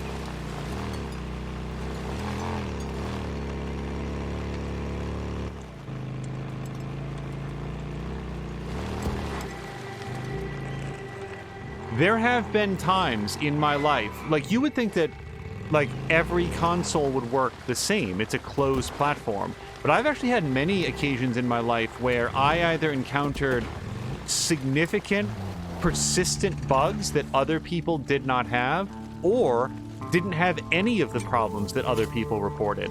One example is Assassin's Creed Liberation, which was on the PlayStation Vita. And the version of that game that I played was on a physical copy, so it wasn't like it was downloaded or whatever like that. It was patched. I went online, I got it patched, and it was one of the buggiest and most unstable games that I have ever played on a console. It would take longer than I have to drive here to describe all of the bugs and like physical progression problems that I had. And I think that then like another patch came out. I was like, oh, surely this will fix it. And no, it was effectively unchanged. Now, maybe the copy of the game that I had was defective in some extremely specific way where it didn't quite crash. It just performed like garbage all of the time and had all of these bugs. I don't believe that. I think the game was just bad. But I never once have seen anybody else comment on the technical state of that game. My sense is that Liberation was fairly well received. As always, we're just going to get turned around here in case we need to make a quick run. On the PC, I can understand there being a lot more variation on...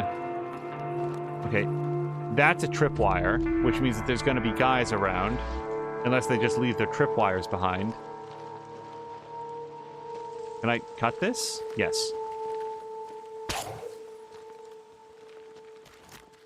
On the PC side of things, I can imagine there being a lot more variance. One example for me is that apparently Arkham Knight, Batman Arkham Knight, when it came out, was so buggy and unstable, it ran so poorly that WB Studios actually pulled the game from Steam so that they could patch it and then reissue it at a later date. Now, I had bought it before it got pulled from Steam. Ah, here we go. It might say motorbike needed. What do we got? Militia bike. Gomez. It's gotta be hers. Okay, tracks. Female-sized boots. That could be hers. We will follow the female-sized boots in a moment. I bought that game at launch, and I played that initial, largely unpatched version, and I never had a problem with it. It never, failed to load in textures. I didn't have weird frame rate drops when I was driving around at high speeds. And I can't account for it. My experience with Arkham Knight was so smooth that I feel like people think I'm lying about it. If I had bought that game and just encountered endless bugs, believe me, I would be here to complain about how much I was looking forward to it. I just didn't have that experience. And I can't account for why. I don't know. It's not like I have a magic computer or anything, but the version of the game that was so bad, the studio yanked it from sale, is the one that I played, and I had a great time with it. I hope it's not all hers. Interestingly, never revisited it after, the patched version came out. I'd already finished it. Okay, I really want to have a different way in here. We just let his attention cool down slightly, and then maybe... come around here. We'll see if we can find a different way in. Smite saying that I barely use nitro. So in my head, I use nitro a lot during the chases when you have to run down an enemy motorcyclist or something like that. Aside from that, I don't use it very often because, and this has never been clarified, I've never asked about this, I've always just sort of assumed that it consumes more fuel when you use the nitrous. Maybe it doesn't, and I could be getting, around a little bit faster. Oh, boy. Yep, that person saw me, or they saw something. We're gonna try to take out Mr. Sniper.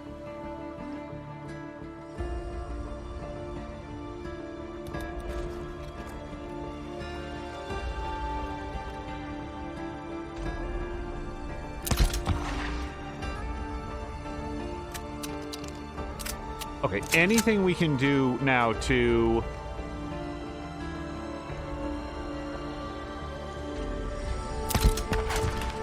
scope out the rest of the base.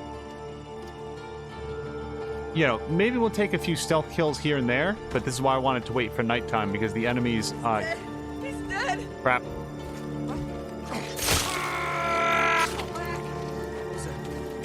Okay, I will... That was a bug.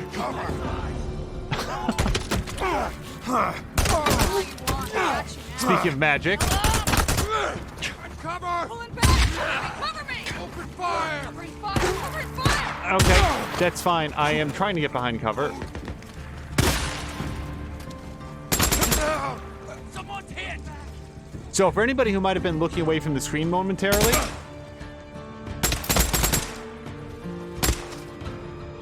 what happened there is Deacon knifed a man in the back, and then an identical clone beamed down from the Starship Enterprise and was standing immediately in his place, and then he noticed his dead progenitor, turned around and began to beat Deacon to death with the butt of his gun.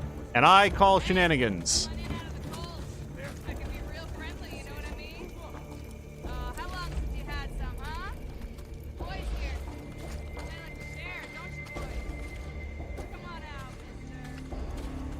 It seems like they've lost track of Deacon's position, so we're gonna...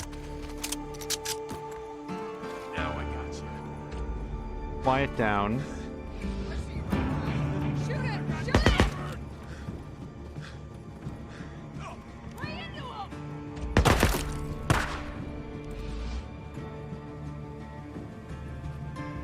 Time to burn, asshole! Oh! Yeah, that melee weapon feels pretty good.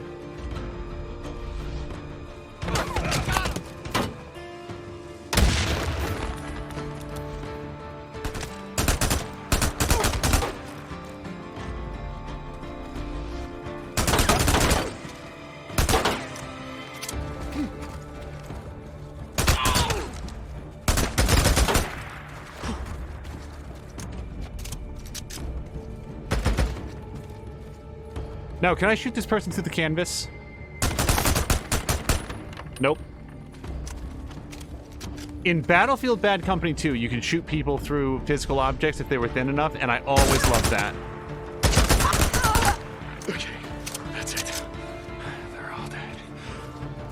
It was incredibly satisfying to, like, you didn't have any sort of, like, X-ray vision, detective vision, whatever you want to call it, but if you had a good sense of where the enemy was, you could line up a shot and just like light up a piece of like plywood, and you would hear the cry and then like see like a body flop out from behind it. It never stopped being satisfying. Battlefield Bad Company 2 is the only Battlefield game that I've played at all. Obviously, then the only game that I played the campaign in, and I really liked it and was so disappointed that that was the last game that they did in that particular lineage. Because it was so, like, I don't want to give anything away, but it felt really imaginative and fun, and I like the characters, and every other Battlefield game that I've seen just feels... No, okay, that's not fair. I did play a different one. I played Battlefield 1, and I think I've told this story before. The campaign, at least the first thing that you can sort of do in the campaign, is this whole storyline about, like, babysitting a tank. And I didn't care about the tank, and I didn't care about the characters, and I reached, like, mission 3 of, like, the tank, and now you're driving the tank, but you're up against a whole bunch of anti-tank weapons, so instead of it feeling like a freeing and liberating experience that now, haha, now I have the tank, and I'm the powerful one, it's like, no, you still have to, like, play cat and mouse with all these anti-tank weapons and bazookas and stuff. It's like, Gomez, none of this is what I'm having here? a good time with it. Hey, I'm in here. St. John. Hey, I'm in here. Come on, buddy, I'm in here. Define here, lady. Hold on. I assume she's up here. Even though the quest marker seems to be pointing entirely away from here. Oh. Good to see you breathing. St. John, never thought I'd be glad to see your ugly mug. You got any blood left in that scrawny ass of yours? It looks like you were trying to leave it all over the campus. It wasn't all mine. Okay, are you good to go? Because your bike's still out front. Looks like a piece of shit, but I think it's probably that way before, you know? I could still beat your ass in a fair race. Hey, St. John. Thanks. Go on, get out of here.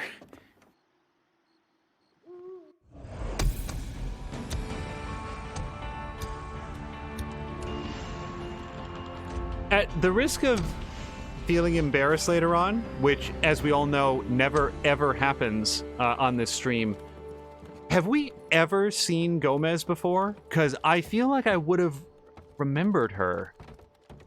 She has a very distinctive, like, hairstyle, among others, so it's like, I feel like I have no memory of interacting with her at any point, and it feels like Deacon and her have a good relationship. I feel bad about not knowing what that relationship is based on. Racing, I guess.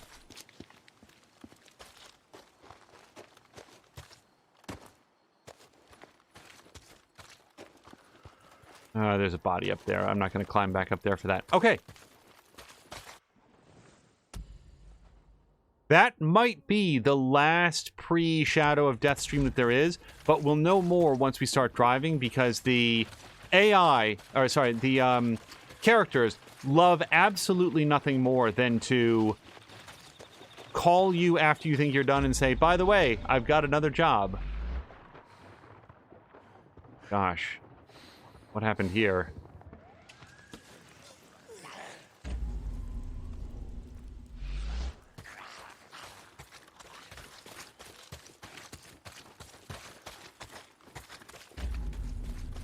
Okay, well, this is just leading back in here. Yeah, whatever that wants me to follow, I feel like I've already done it.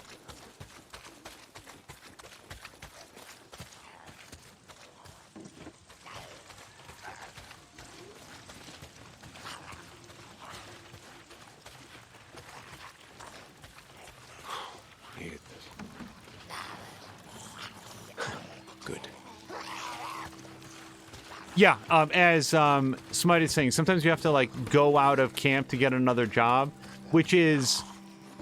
Here's what I think is happening. I think what's happening is that when you are outside of a marked location, like a camp, the game checks to see which missions you've completed, and then if it has something else, if it's reached a point in the story where it's going to then offer you the next one in sequence, that's when they call you up on the radio and do it. For some reason, they didn't want to run the check on, like, game progress while you're in camp. So there's been multiple cases where, like, well, my entire quest log is cleared. There's absolutely, positively nothing left for me to do. And then you get on the bike and drive 5 meters outside camp, and suddenly the person that you were just standing next to called them, "Hey, Deacon, I haven't seen you in a while. Why don't you stop by? I've got something new for you to do." And as always, like, it's like, go out and get someone, which they could describe to you on the radio if they chose to, but nope. They really want to encounter Deacon St. John in person. None of this is complaints. It's just sort of noting the way that it's put together. Because there were a couple times where it's like, especially in the early episodes, it's like, okay, I don't know what to do St. next. John to Captain Curry. I found her, sir. Private Gomez is on her way back. St. John, good work. I'll radio in to check on her. St. John out. I saw the screamer. I thought I could get past her.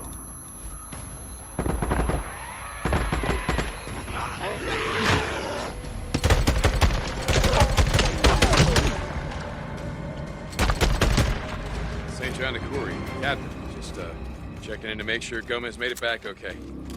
Yes. Private Gomez was very grateful. She said that if it weren't for you, she would have been killed. Just doing my job, Captain. St. John out.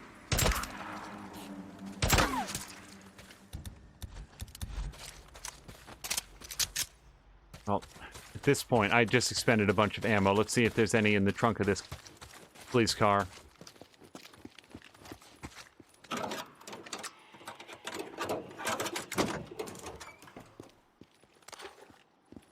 So, Smite, I'm curious, like, on a scale of, like, 1 to 10, with 10 being, like, you'd watched a full playthrough, and 1 being the way that I came into this game, which was knowing effectively nothing. I knew that it had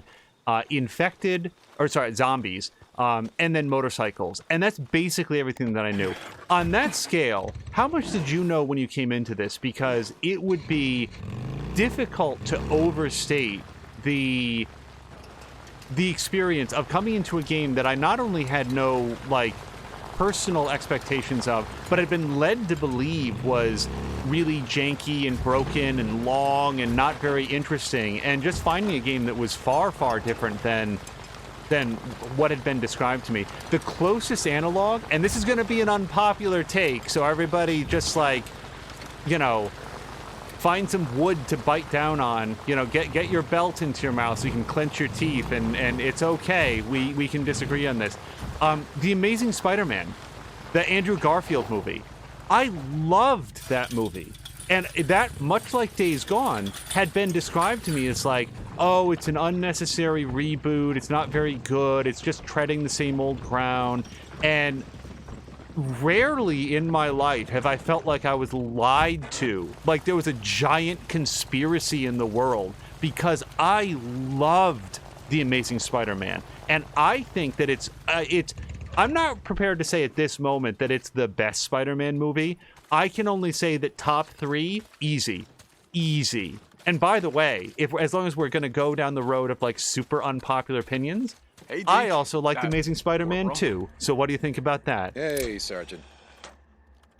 Yep, I'm got completely just the arguing with tool for imaginary people right now, but it's just See ya, Corporal St. the John. tale of those movies is so negative, and I really enjoyed both of them.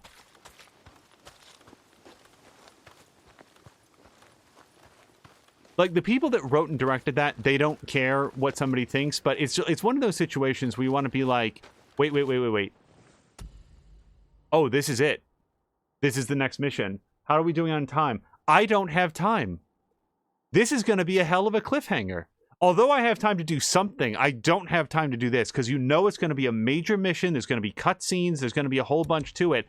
We're going to call it here. Huh.